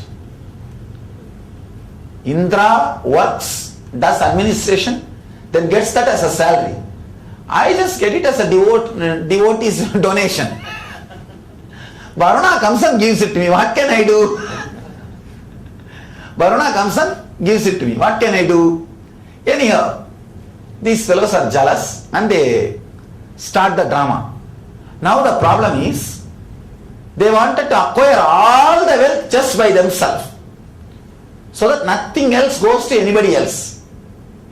And they want to have the status, state or everything all by themselves. They start the process. They start the process of churning.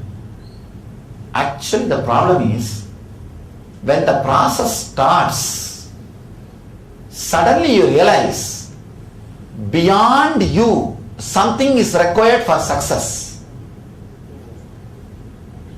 Even when you work to achieve the wealth, beyond you something starts, something is needed for success. That is where you send your prayers. Narada to the Vishnu. Narada goes to Vishnu. See, now the story takes a new twist. If you send prayers to the Master, same person, the same jealous can become inspiration. Whoever has never sent a prayer, then what happens? It just remains as a perspiration. Now the story takes a real shift. Anyhow, knowingly or unknowingly, they are surrendered. They are surrendered to the same person to whom they are jealous. Surrender can come even through jealous. It's okay. Nothing wrong. But surrender is the whole thing needed. Surrender is what? Completely needed. Not the jealous. Here are devatas acting of their own intelligence or just under the orders of Indra?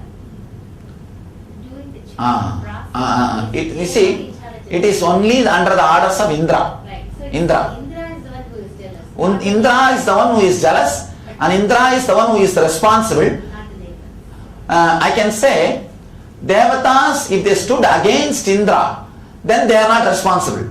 But they have not stood against Indra. An individual should stand against even the leader if he is not completely in tune with ideology. This I can say. I always tell people, even if I put somebody in the front as a stage or a leader, as a Indra, as long as he executes my words, as long as he creates more devotion in you towards me, only then he is worthy of that seat. Understand?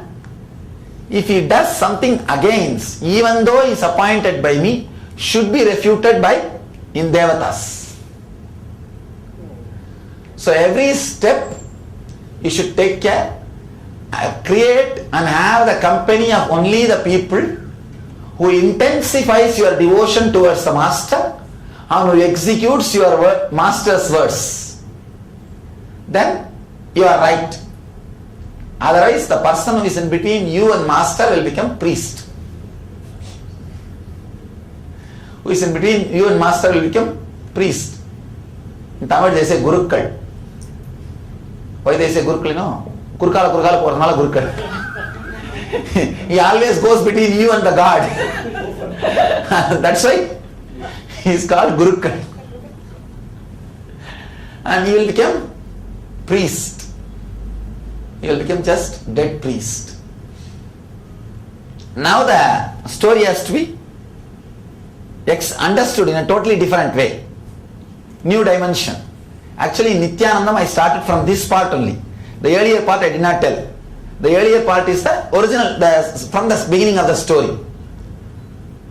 See, now it's totally a mystical or esoteric story. All Devatas are the positive thoughts which is raising in you. Joyful thoughts which is raising in you, which gives you joy. All demons are depressive thoughts which is raising in you. Negative thoughts.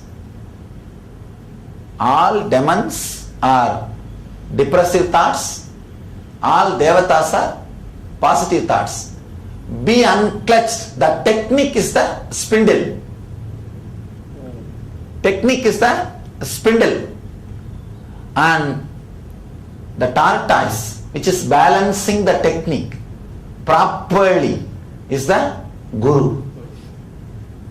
Vishnu. Vishnu's, maybe we can say Guru's different form. One form of the master.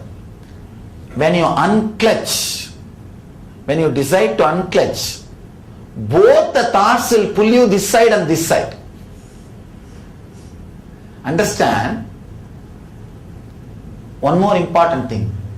Till you start unclutching, your negative thoughts and positive thoughts will be opposing each other. The moment you start unclutching, both of them will join together and attack you. Because first time you became conscious. Pratyagatma Chaitanya, individual consciousness gets awakened. Whenever an individual consciousness gets awakened, neither negative thoughts nor positive thoughts can have their influence over you. It's like a state parties. Take care that central party does not enter into your state. See, both of them will be enemies. State parties. Two parties. But when it comes to the central party, both of them will join. Either you win or I will win, but we will not allow the central party. Central party should not come into the state. Same thing. If the central party comes in, neither positive nor negative will be having a place there. Individual consciousness, if it is awakened, neither positive thought nor negative thoughts will have power over you. Then both of them join suddenly and start churning you left and right. A real left and right. If you went through the churning, you know. If you have gone through the churning, you know. A depression which is unimaginable will come out of you. Understand? Hormonal building in your body will give life to the memories stored in your muscles. An important thing. Now you should understand an important truth. Every thought which comes related to sex create a little bit of that hormonal pressure.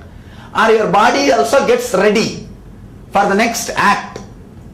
If your body is filled with hormones, means ready for the next sexual act, the same visualization will be so colorful and so powerful. Memory of the same person, same imagination will be so attractive before the physical act. The moment the physical act is done, the hormone is released, hormonal pressure comes down. The same visualization does not have any more power over you. Am I right? Same thing here also. Just the same thing here also.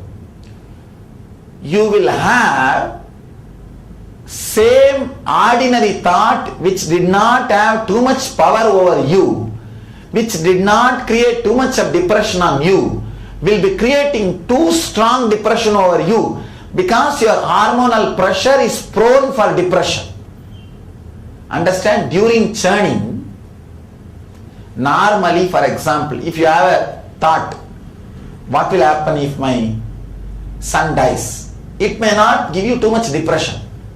But during churning, during Nithyananda, when that pulling and pushing is going on, the same thought will create, literally you will see that visualization in front of you, in the front of you, and your body will have so much of pressure of depression. Now, whatever was putting you in depression during Nithyanandam, remember, they won't have power over you. Try. They won't have power over you. At that time, even though I myself sit with you and tell you, Arey, this is the truth, you tell, no, whatever you say, I know the meaning. If you have 100 memories, 90 of them will be somewhere related to your worst memories or your worst anticipations, worst expectations. Only 10 of them will be positive expectations, positive thoughts. Clutch. Every part of your body will experience tiredness in the initial level because only that will get released. Depression is tiredness. That will get released. And another one important difficult thing is, not only your depression will get released, suddenly you will have small powers.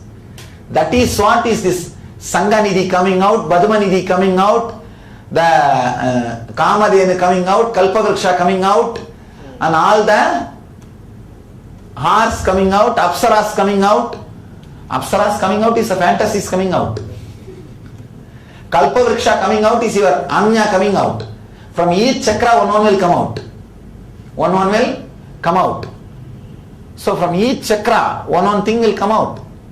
All those things will start coming out. The difficulty is, because you are already in loneliness of depression, you will catch Apsaras and start living with them. That is why during Nithyanandam I will be very careful that nobody consoles the other. Nobody supports the other.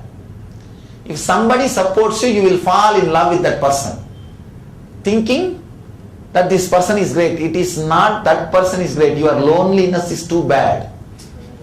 Do not ever decide to marry if you are under depression or loneliness. You will choose Apsara. Means what? You are in trouble. Apsara will be beautiful till the child comes out. That is why the Apsara, the Vishwamitra story. Same. The moment she comes with a child, Apsara will be beautiful till you have responsibility. That is what the child means. As you see, Apsara will be beautiful because both of you don't have responsibilities. No commitment. Just run around. Only when the commitment comes, you will understand, oh God, the fantasy is not worthy of commitment. Then problem will start. Apsara is fantasy. Then the churning goes left and right.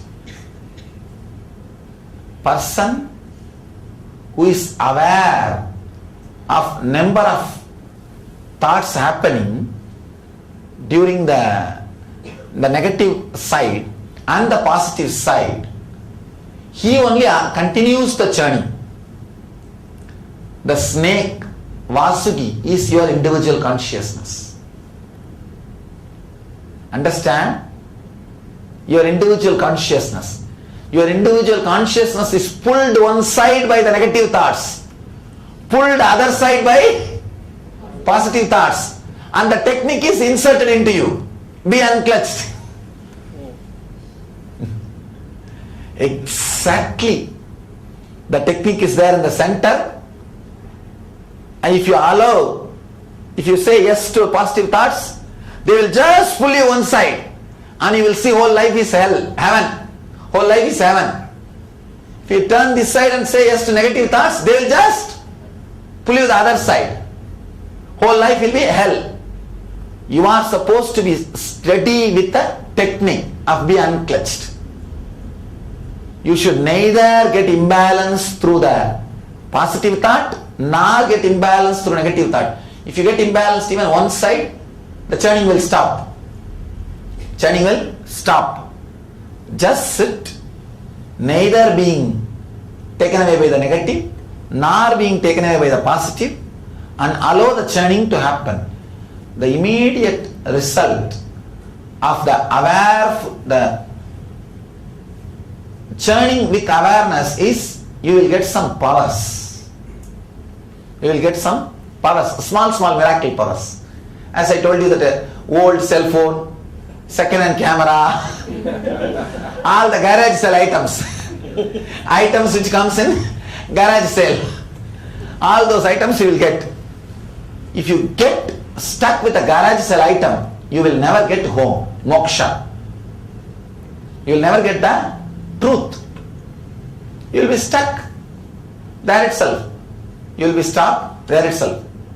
And one important thing, one big danger which can happen is tiredness of individual consciousness being churned.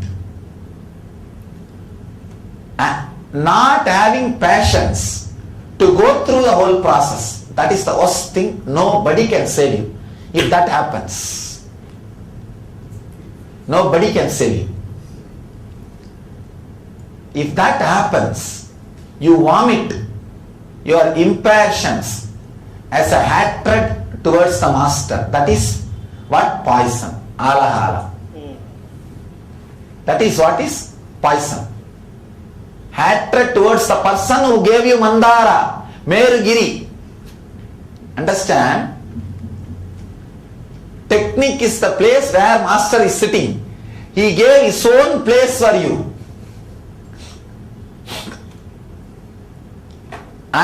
But you throw poison towards the same person who gave you the Mandara. One more thing, you should understand an important word. Mandara Giri means Mantra Giri. Technique is the mantra. Be unclutched is the mantra. Is the Mandara Giri, Mantra Giri.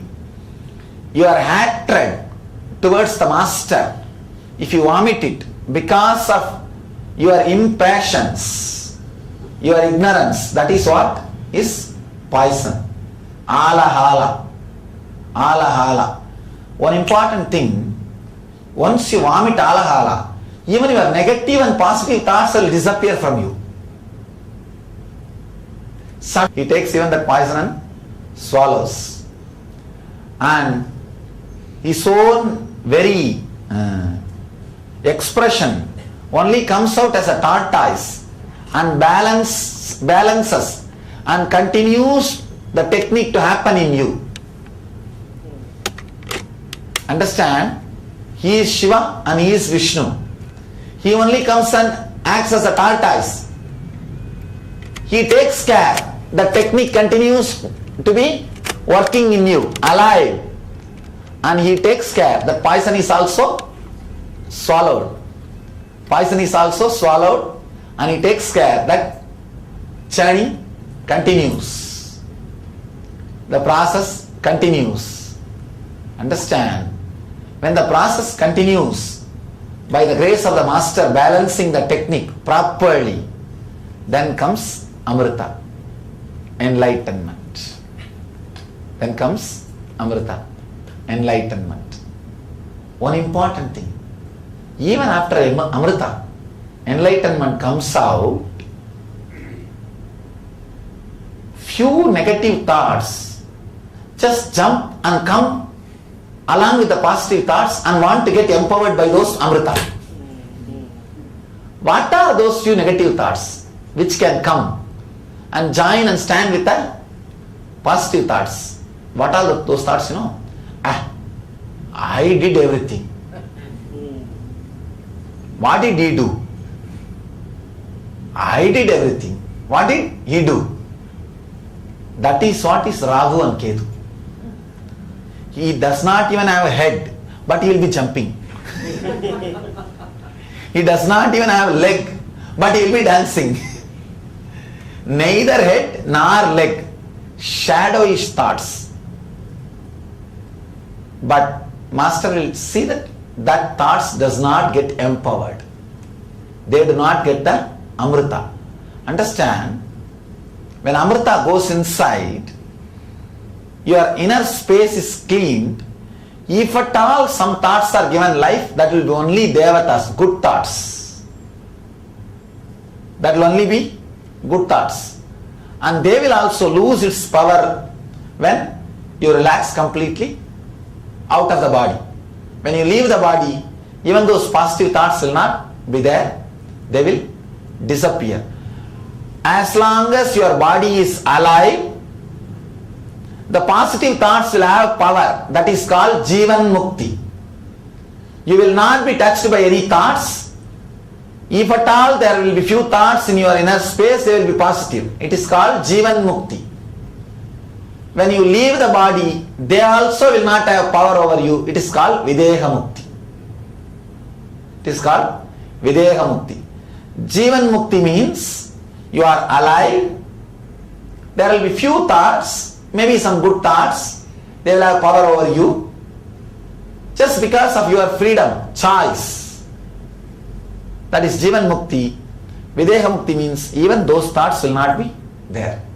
A person who allowed this journey, who had the passions to go through this journey, who had the passions to go through the whole process, enjoys Amrita. That's why we say, Tyage naika Amritatva manasuhu. Tyaga means, understand, Tyaga does not mean throwing away whatever you have. Tyaga means having passions to go through the churning in the presence of the master. Tyaga is more like a sacrifice your time, not the products which you are having. Understand? I am giving a new definition for renunciation. Tyaga means ability to sacrifice your time, not the products or the properties which you are having in your name. That is the truth. Tyage naika amritatva manasuhu. Without a sacrifice, the amritatva, enlightenment, is not achieved. Whoever has got the passions to go through the journey. I have seen not only in Nithyananda, even if you start staying around the master like these programs, the churning starts happening.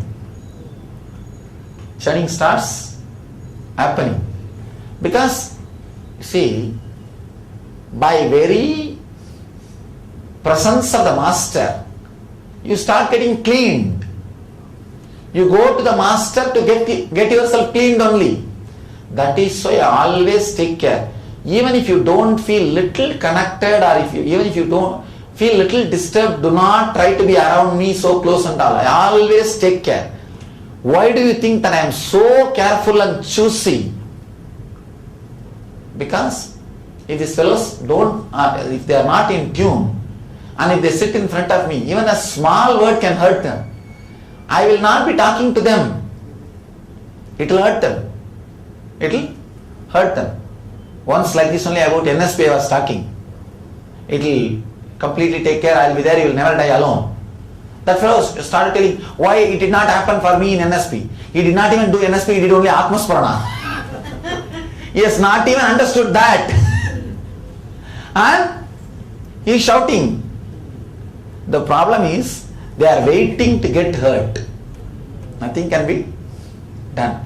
That is why I am so choosy about what to talk, to whom to talk. I always tell, if you are not feeling connected, if you have some irritation about my attitude, that's what I say, tyage naika.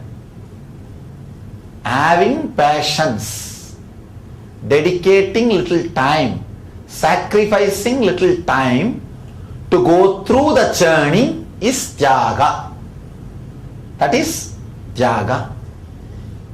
One more important thing, in this whole drama, actually nothing else is required except the patience. Because he gives you the mantra, he himself balances the mantra, and he himself lets the churning process also happen.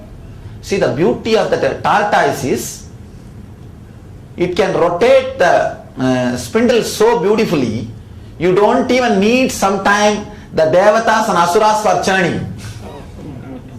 He himself can rotate the spindle and finish the whole churning.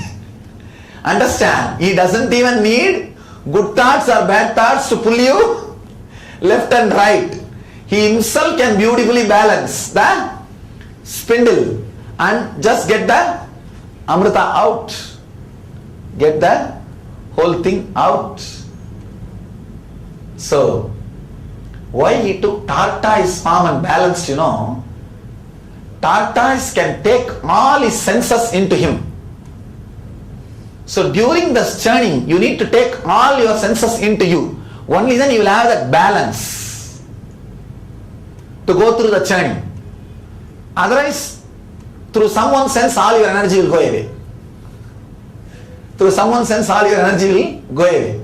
During the churning, you need to be in seclusion.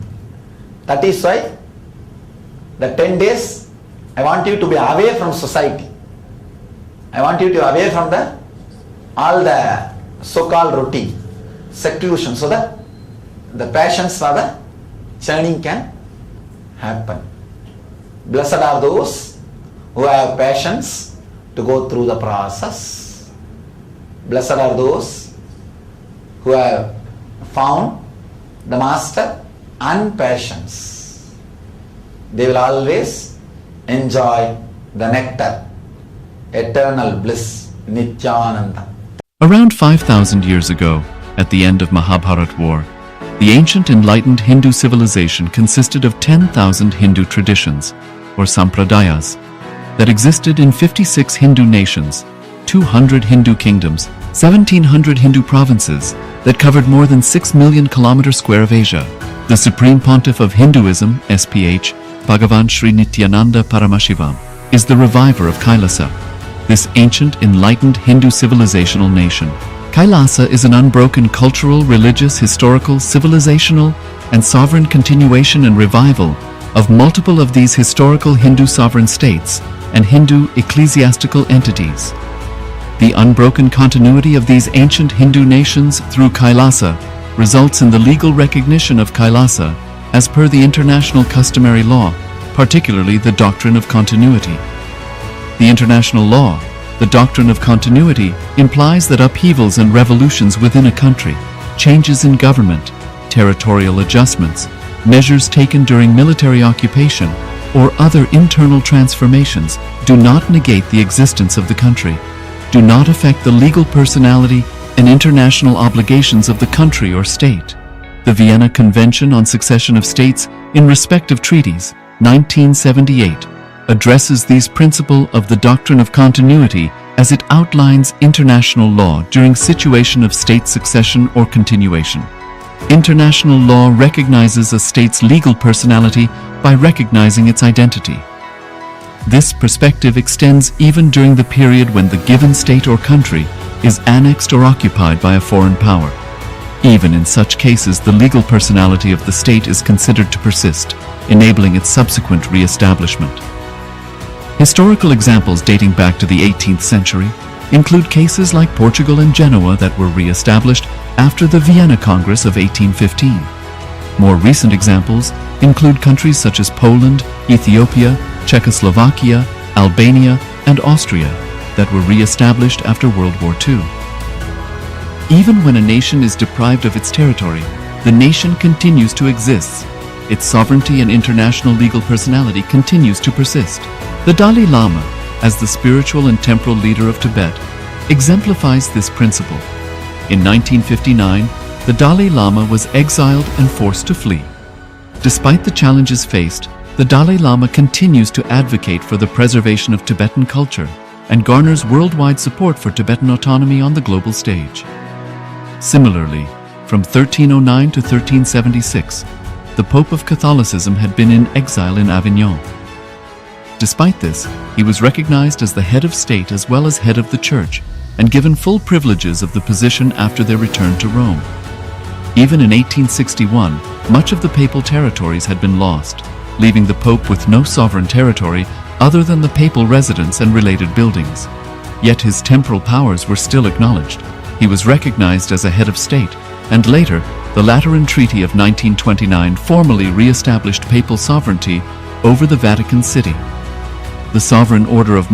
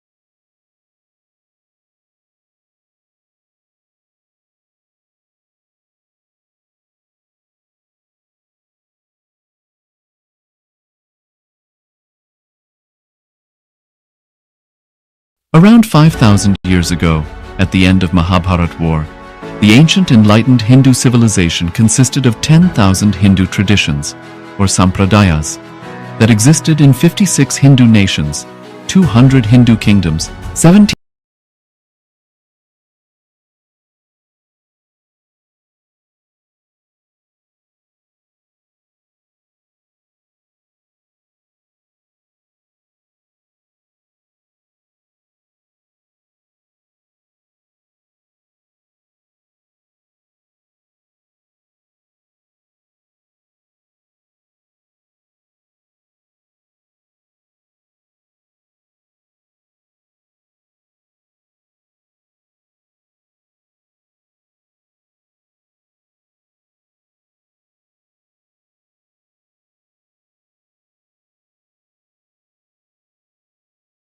spontaneity.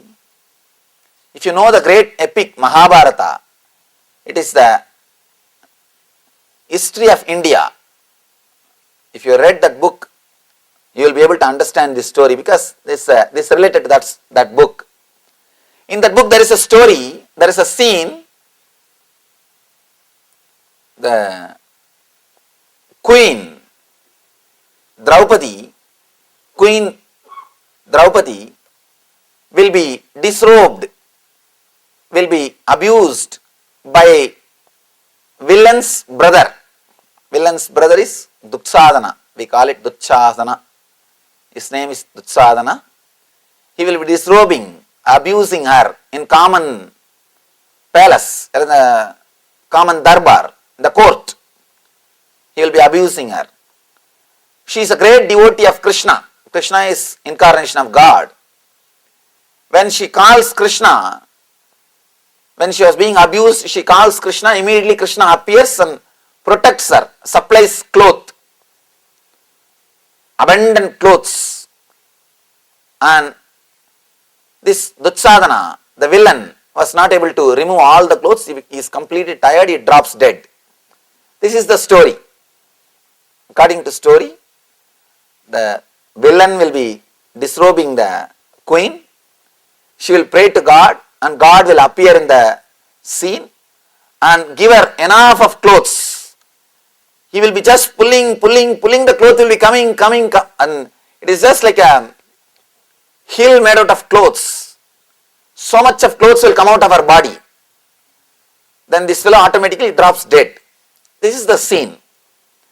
In India, the beauty is every village will have the recitation of Mahabharata. Means reciting this story is a ritual done in every village. At least once a year, they will do this ritualistic recitation of this story. And no mic or anything, just they will get into the stage and start singing or shouting. It will be really fun to watch the whole thing. And usually the kids and the old ladies who don't have any other work, they will come and sit there. And they will chew the tobacco leaf and spit on somebody and spit the juice on somebody. You will have a little prasad and tirtha. And all these kids will do 1, 2, 3, everything there itself. Nothing can be done. And it will all be there. You will be sitting amidst of all these things and enjoying the drama. And it's like a village gathers together. And not only Mahabharata, all the village stories also will be told there. Each one will be talking to others about what happened to her and what happened to him, who ran away with whom, who is living with whom, and who is doing what. The whole story they will share there only. It's like a common place, get together, where they will sit and speak all these things. And traditionally, women are not allowed to participate, women are not allowed to act in the drama. Female role also will be played by male only. Male only will play the female role also.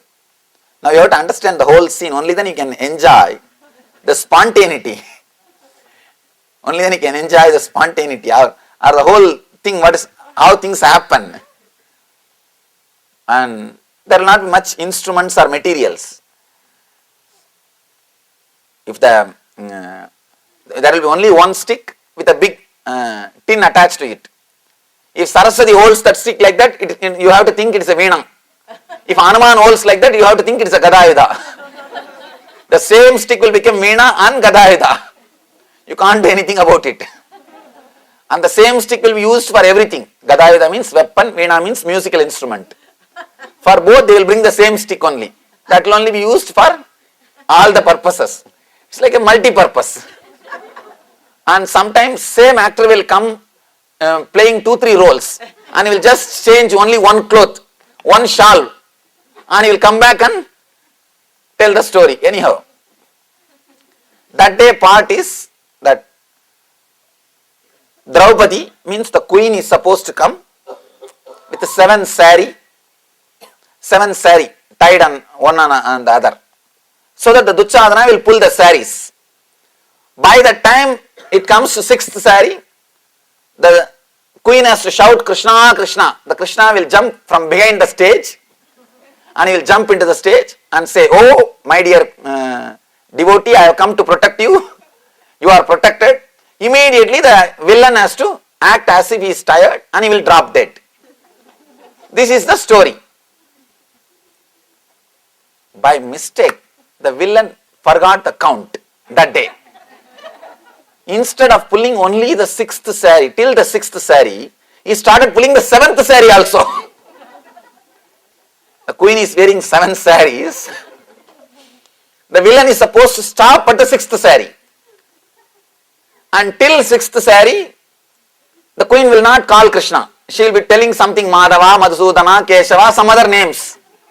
Only when it comes to the sixth sari, only when the villain is little tired or acts as if he is tired, she will call Krishna.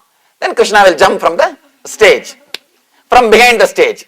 He is standing behind, smoking beedi actually. I am telling you the whole scene, what is going on there. And Krishna is standing with his mukuta and flute in one hand. Flute means the same stick. And he is just enjoying the smoking the beedi. Beedi means the village cigarette. And he is enjoying the beedi, waiting for call. And this villain forgot the number count. And he is pulling the 7th sari also. And suddenly Draupadi realized the 7th sari is being pulled. And because the 7th sari is being pulled, instead of calling Krishna, straight away she started kicking Duryodhana. She started kicking the villain. Hey, leave me, hey, leave me. According to we were all surprised. What is going on? Usually the fight is not supposed to happen. How can queen fighting with villain? It doesn't. She is supposed to call Krishna, Krishna. Instead of that, she is straight away attacking the villain. And the fight has started. And this villain guy also did not understand what is going on, or he is doing some mistake. Somehow, finally, in that whole mess, he pulled the 7th sari. Now, she is standing with a trouser on the stage, in a public stage, above the hip, female decoration, female makeup, with all the female dress and female jewelries, hair and the flower, everything is female. With all the traditional turmeric powder and decoration. And below with a trouser he is standing on the main stage. Behind that Krishna is looking through the screen, still why I am not called, with a beedi. With a beedi he is standing and looking through the screen. Why still I am not called? What is going on there? What is going on? And the whole villagers are laughing. Because the whole thing is now messed up. She is supposed to be women. Actually, male only act the role of female also. Now he is standing half male and half female. And Duryodhana suddenly realized the mistake. Suddenly he realized the mistake. 7th sari has been pulled. Now he has to drop dead. He can't drop dead also unless Krishna comes. Unless Krishna comes, he can't drop dead. Now the whole scene is confusion. Now what to do? But the spontaneity of this Draupadi, suddenly she said, Krishna, just because you cannot come, you made me into male, you converted me into male and saved my shame. Saved my prestige. Oh Krishna, you are so powerful. Just because you could not appear on the stage in proper time, you are busy with your beedi. You made me male and saved my prestige. You see, the statement itself is not a big thing, but spontaneity. In that situation, if you get angry, you can't do anything. If you are taken away by shame, you can't do anything. You can't do anything. You can't do patch up. All you need is spontaneity. If you understand how these dramas are done in India, you will be able to enjoy. You will be able to, if you can remember the scenes, you will be able to enjoy. The whole thing, just by single statement, she has made the whole thing straight. And the whole villagers now started laughing at her statement. They forgot that there is some serious mistake done in the drama. The idea that there is something wrong happened in the drama has disappeared from everybody's mind. Now everybody is involved with only that fun. The whole atmosphere has changed just by one statement. This can happen only when you are spontaneous, not when you carry identity. When you carry identity or personality, you will only be fighting or trying to pick up that saree and tie yourself. And how will you cover? Because everything is open now. After that, what will you cover? And nothing can be done. The behind the Krishna is standing with the beadi and slowly looking through that screen. And that smoke is also coming through that screen. Smoke is also coming through that screen. Only through spontaneity, this kind of situations can be handled. In life also, you can't live your life completely with your prepared dialogues. With your prepared dialogues. You can't live your whole life with your dialogues. Do not write the story before things happen. You always write your story before that itself and try to enact the story. If you don't write your story before entering into the situation, you always write the story. You will always write. You are ready with arguments. You are ready with words. You are ready with everything even before meeting your friend. Even with your friend, you are not spontaneous. You are prepared. Now you just go with your big sheet, big paper. You go with your big, huge storybook and you exactly enact. If one statement, if something goes wrong, the whole story is mess. You go with a prepared story. I tell you, if you live without prepared story, your life will become history. People who created history lived without story. Either you live with your stories and just reproduce the same stories, live and die, or you live spontaneously. When you don't write your story, others will write your story. It will become history.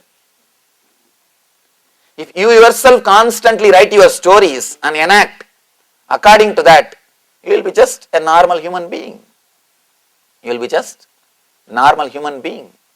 Somebody asked me, Swamiji, you are so young, already your biographies are published. More than 12 different languages. Now we have my biography. They asked me, how? This is what I told them. I never wrote my story before living. I just lived. When you just live, you do things which can never be done with a written history, with written stories. Be very clear.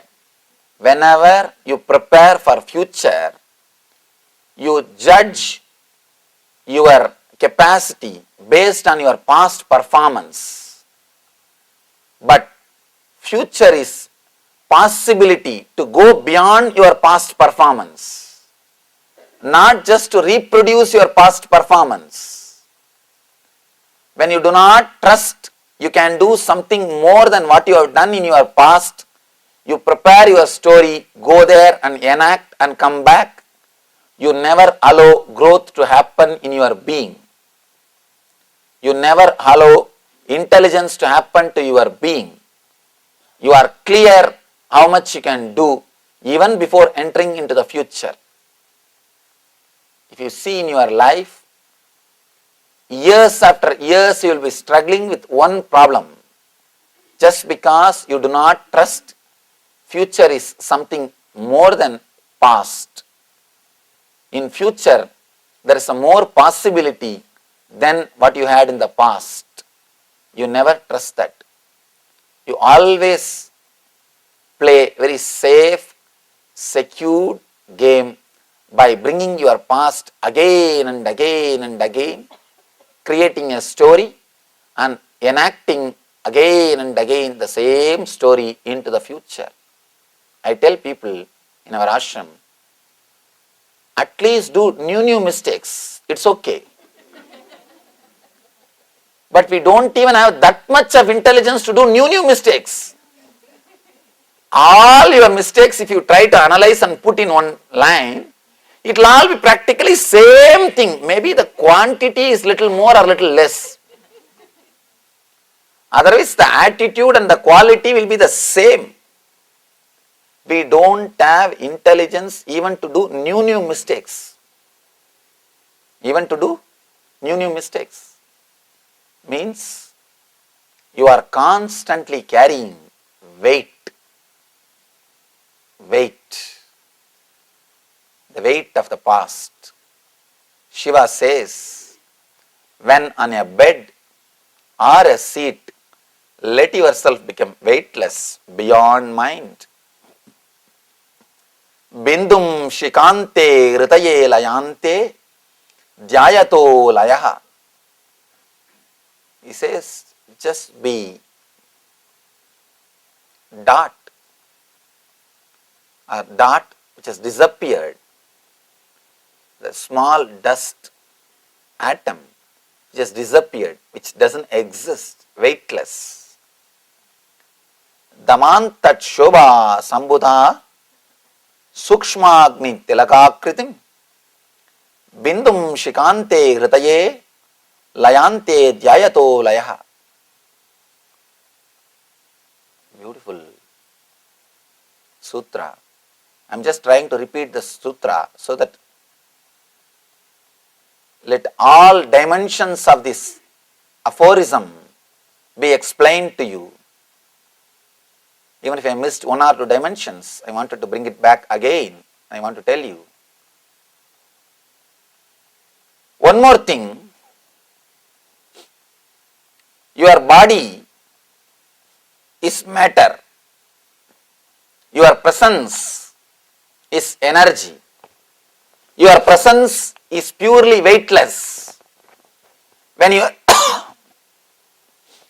your presence leaves your body, the body becomes more heavy.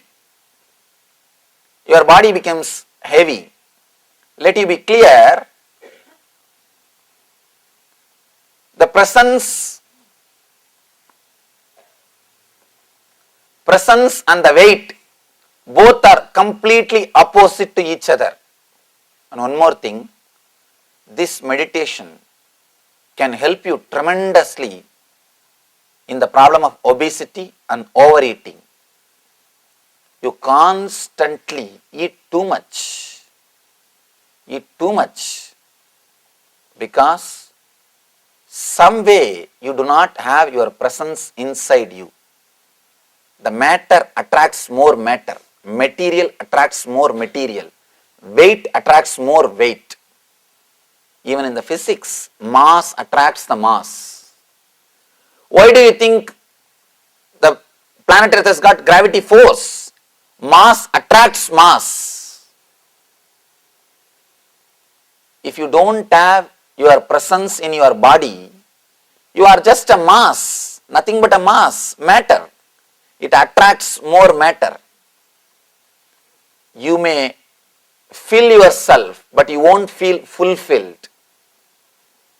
With presence, if you eat, even with less quantity, you will feel fulfilled. Be very clear. Feeling is different. Feeling fulfilled is different. Feeling is totally different. Feeling fulfilled is totally different. I request all of you, if any of you have obesity problem or overeating problem, means everybody, do this simple technique just for 5 minutes. It's not a big thing. You don't need to do this technique whole day actually. It is a very simple, very beautiful technique. Today we will practice this technique. Before eating, but before eating anything, that is the problem now. Because we don't eat once or twice a day. There is no difference between cows and us. Cows, wherever they see something, which can be eaten, immediately they will open their mouth. Human beings also become like that. No time. Even while walking and driving in this country, I saw even when they are driving, they are eating. Because that kind of food is available. And if you don't have time to eat, and then just have a Coca-Cola, that glass, that bottle, Coke bottle. Coke bottle you don't have to hold actually. You can use one hand and put on that steering and drive and drink. Constantly something is going into the body. Constantly the matter is attracting the matter. The material is, mass is attracting the mass. Before eating anything, try to do this meditation, but don't do it in your car. At least before morning breakfast, noon lunch, and night dinner, and evening snacks, and between coffees, and little tea, and Coke in the car, burger in the bus, anywhere. I don't know what else goes inside. Oh God. And I saw the size of the food. Oh God.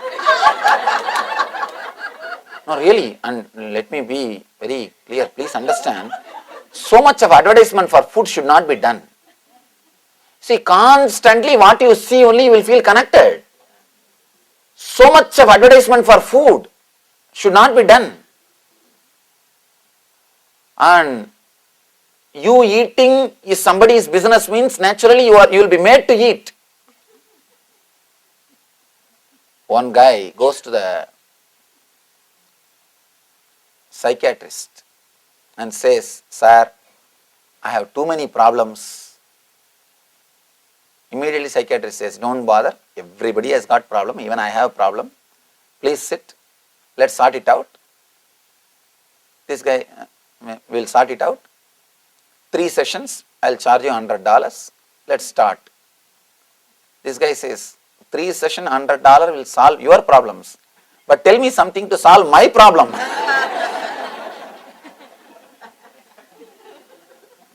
Tell me something to solve my problem. Be very clear. So much of advertisement for food, because you eating is somebody's business. It is dangerous. It is dangerous. Constantly, without even your knowledge, without even your consciousness, so much of advertisement for the food. You start meditating on food. Eating becomes a religion. You start meditating on food. Continuously you are meditating on food. And the quantity served also. Naturally, when you buy it, what will you do? How can you waste it? I tell you, if you throw the food in the dustbin, only food will be wasted. If you dump it in your stomach, the system also will be wasted. Never feel that you are wasting food. The moment you feel enough, just throw it in the dustbin. Only food will be wasted. If you put it inside, system also will be wasted. Food you can buy. System you can't buy once more. You can't buy once more. At least before eating, just do this simple technique. Very simple but powerful technique. To connect yourself again with your weightlessness. Whenever you are in ecstasy, you are in joy, you can always feel you are weightless. You are light. You always say, "I feel like flying. I feel like flying." I just saw an article. A lady in Bolivia, she is able to fly 4 feet when she is in meditation. And around the world, hundreds of these yogic flyers are showing.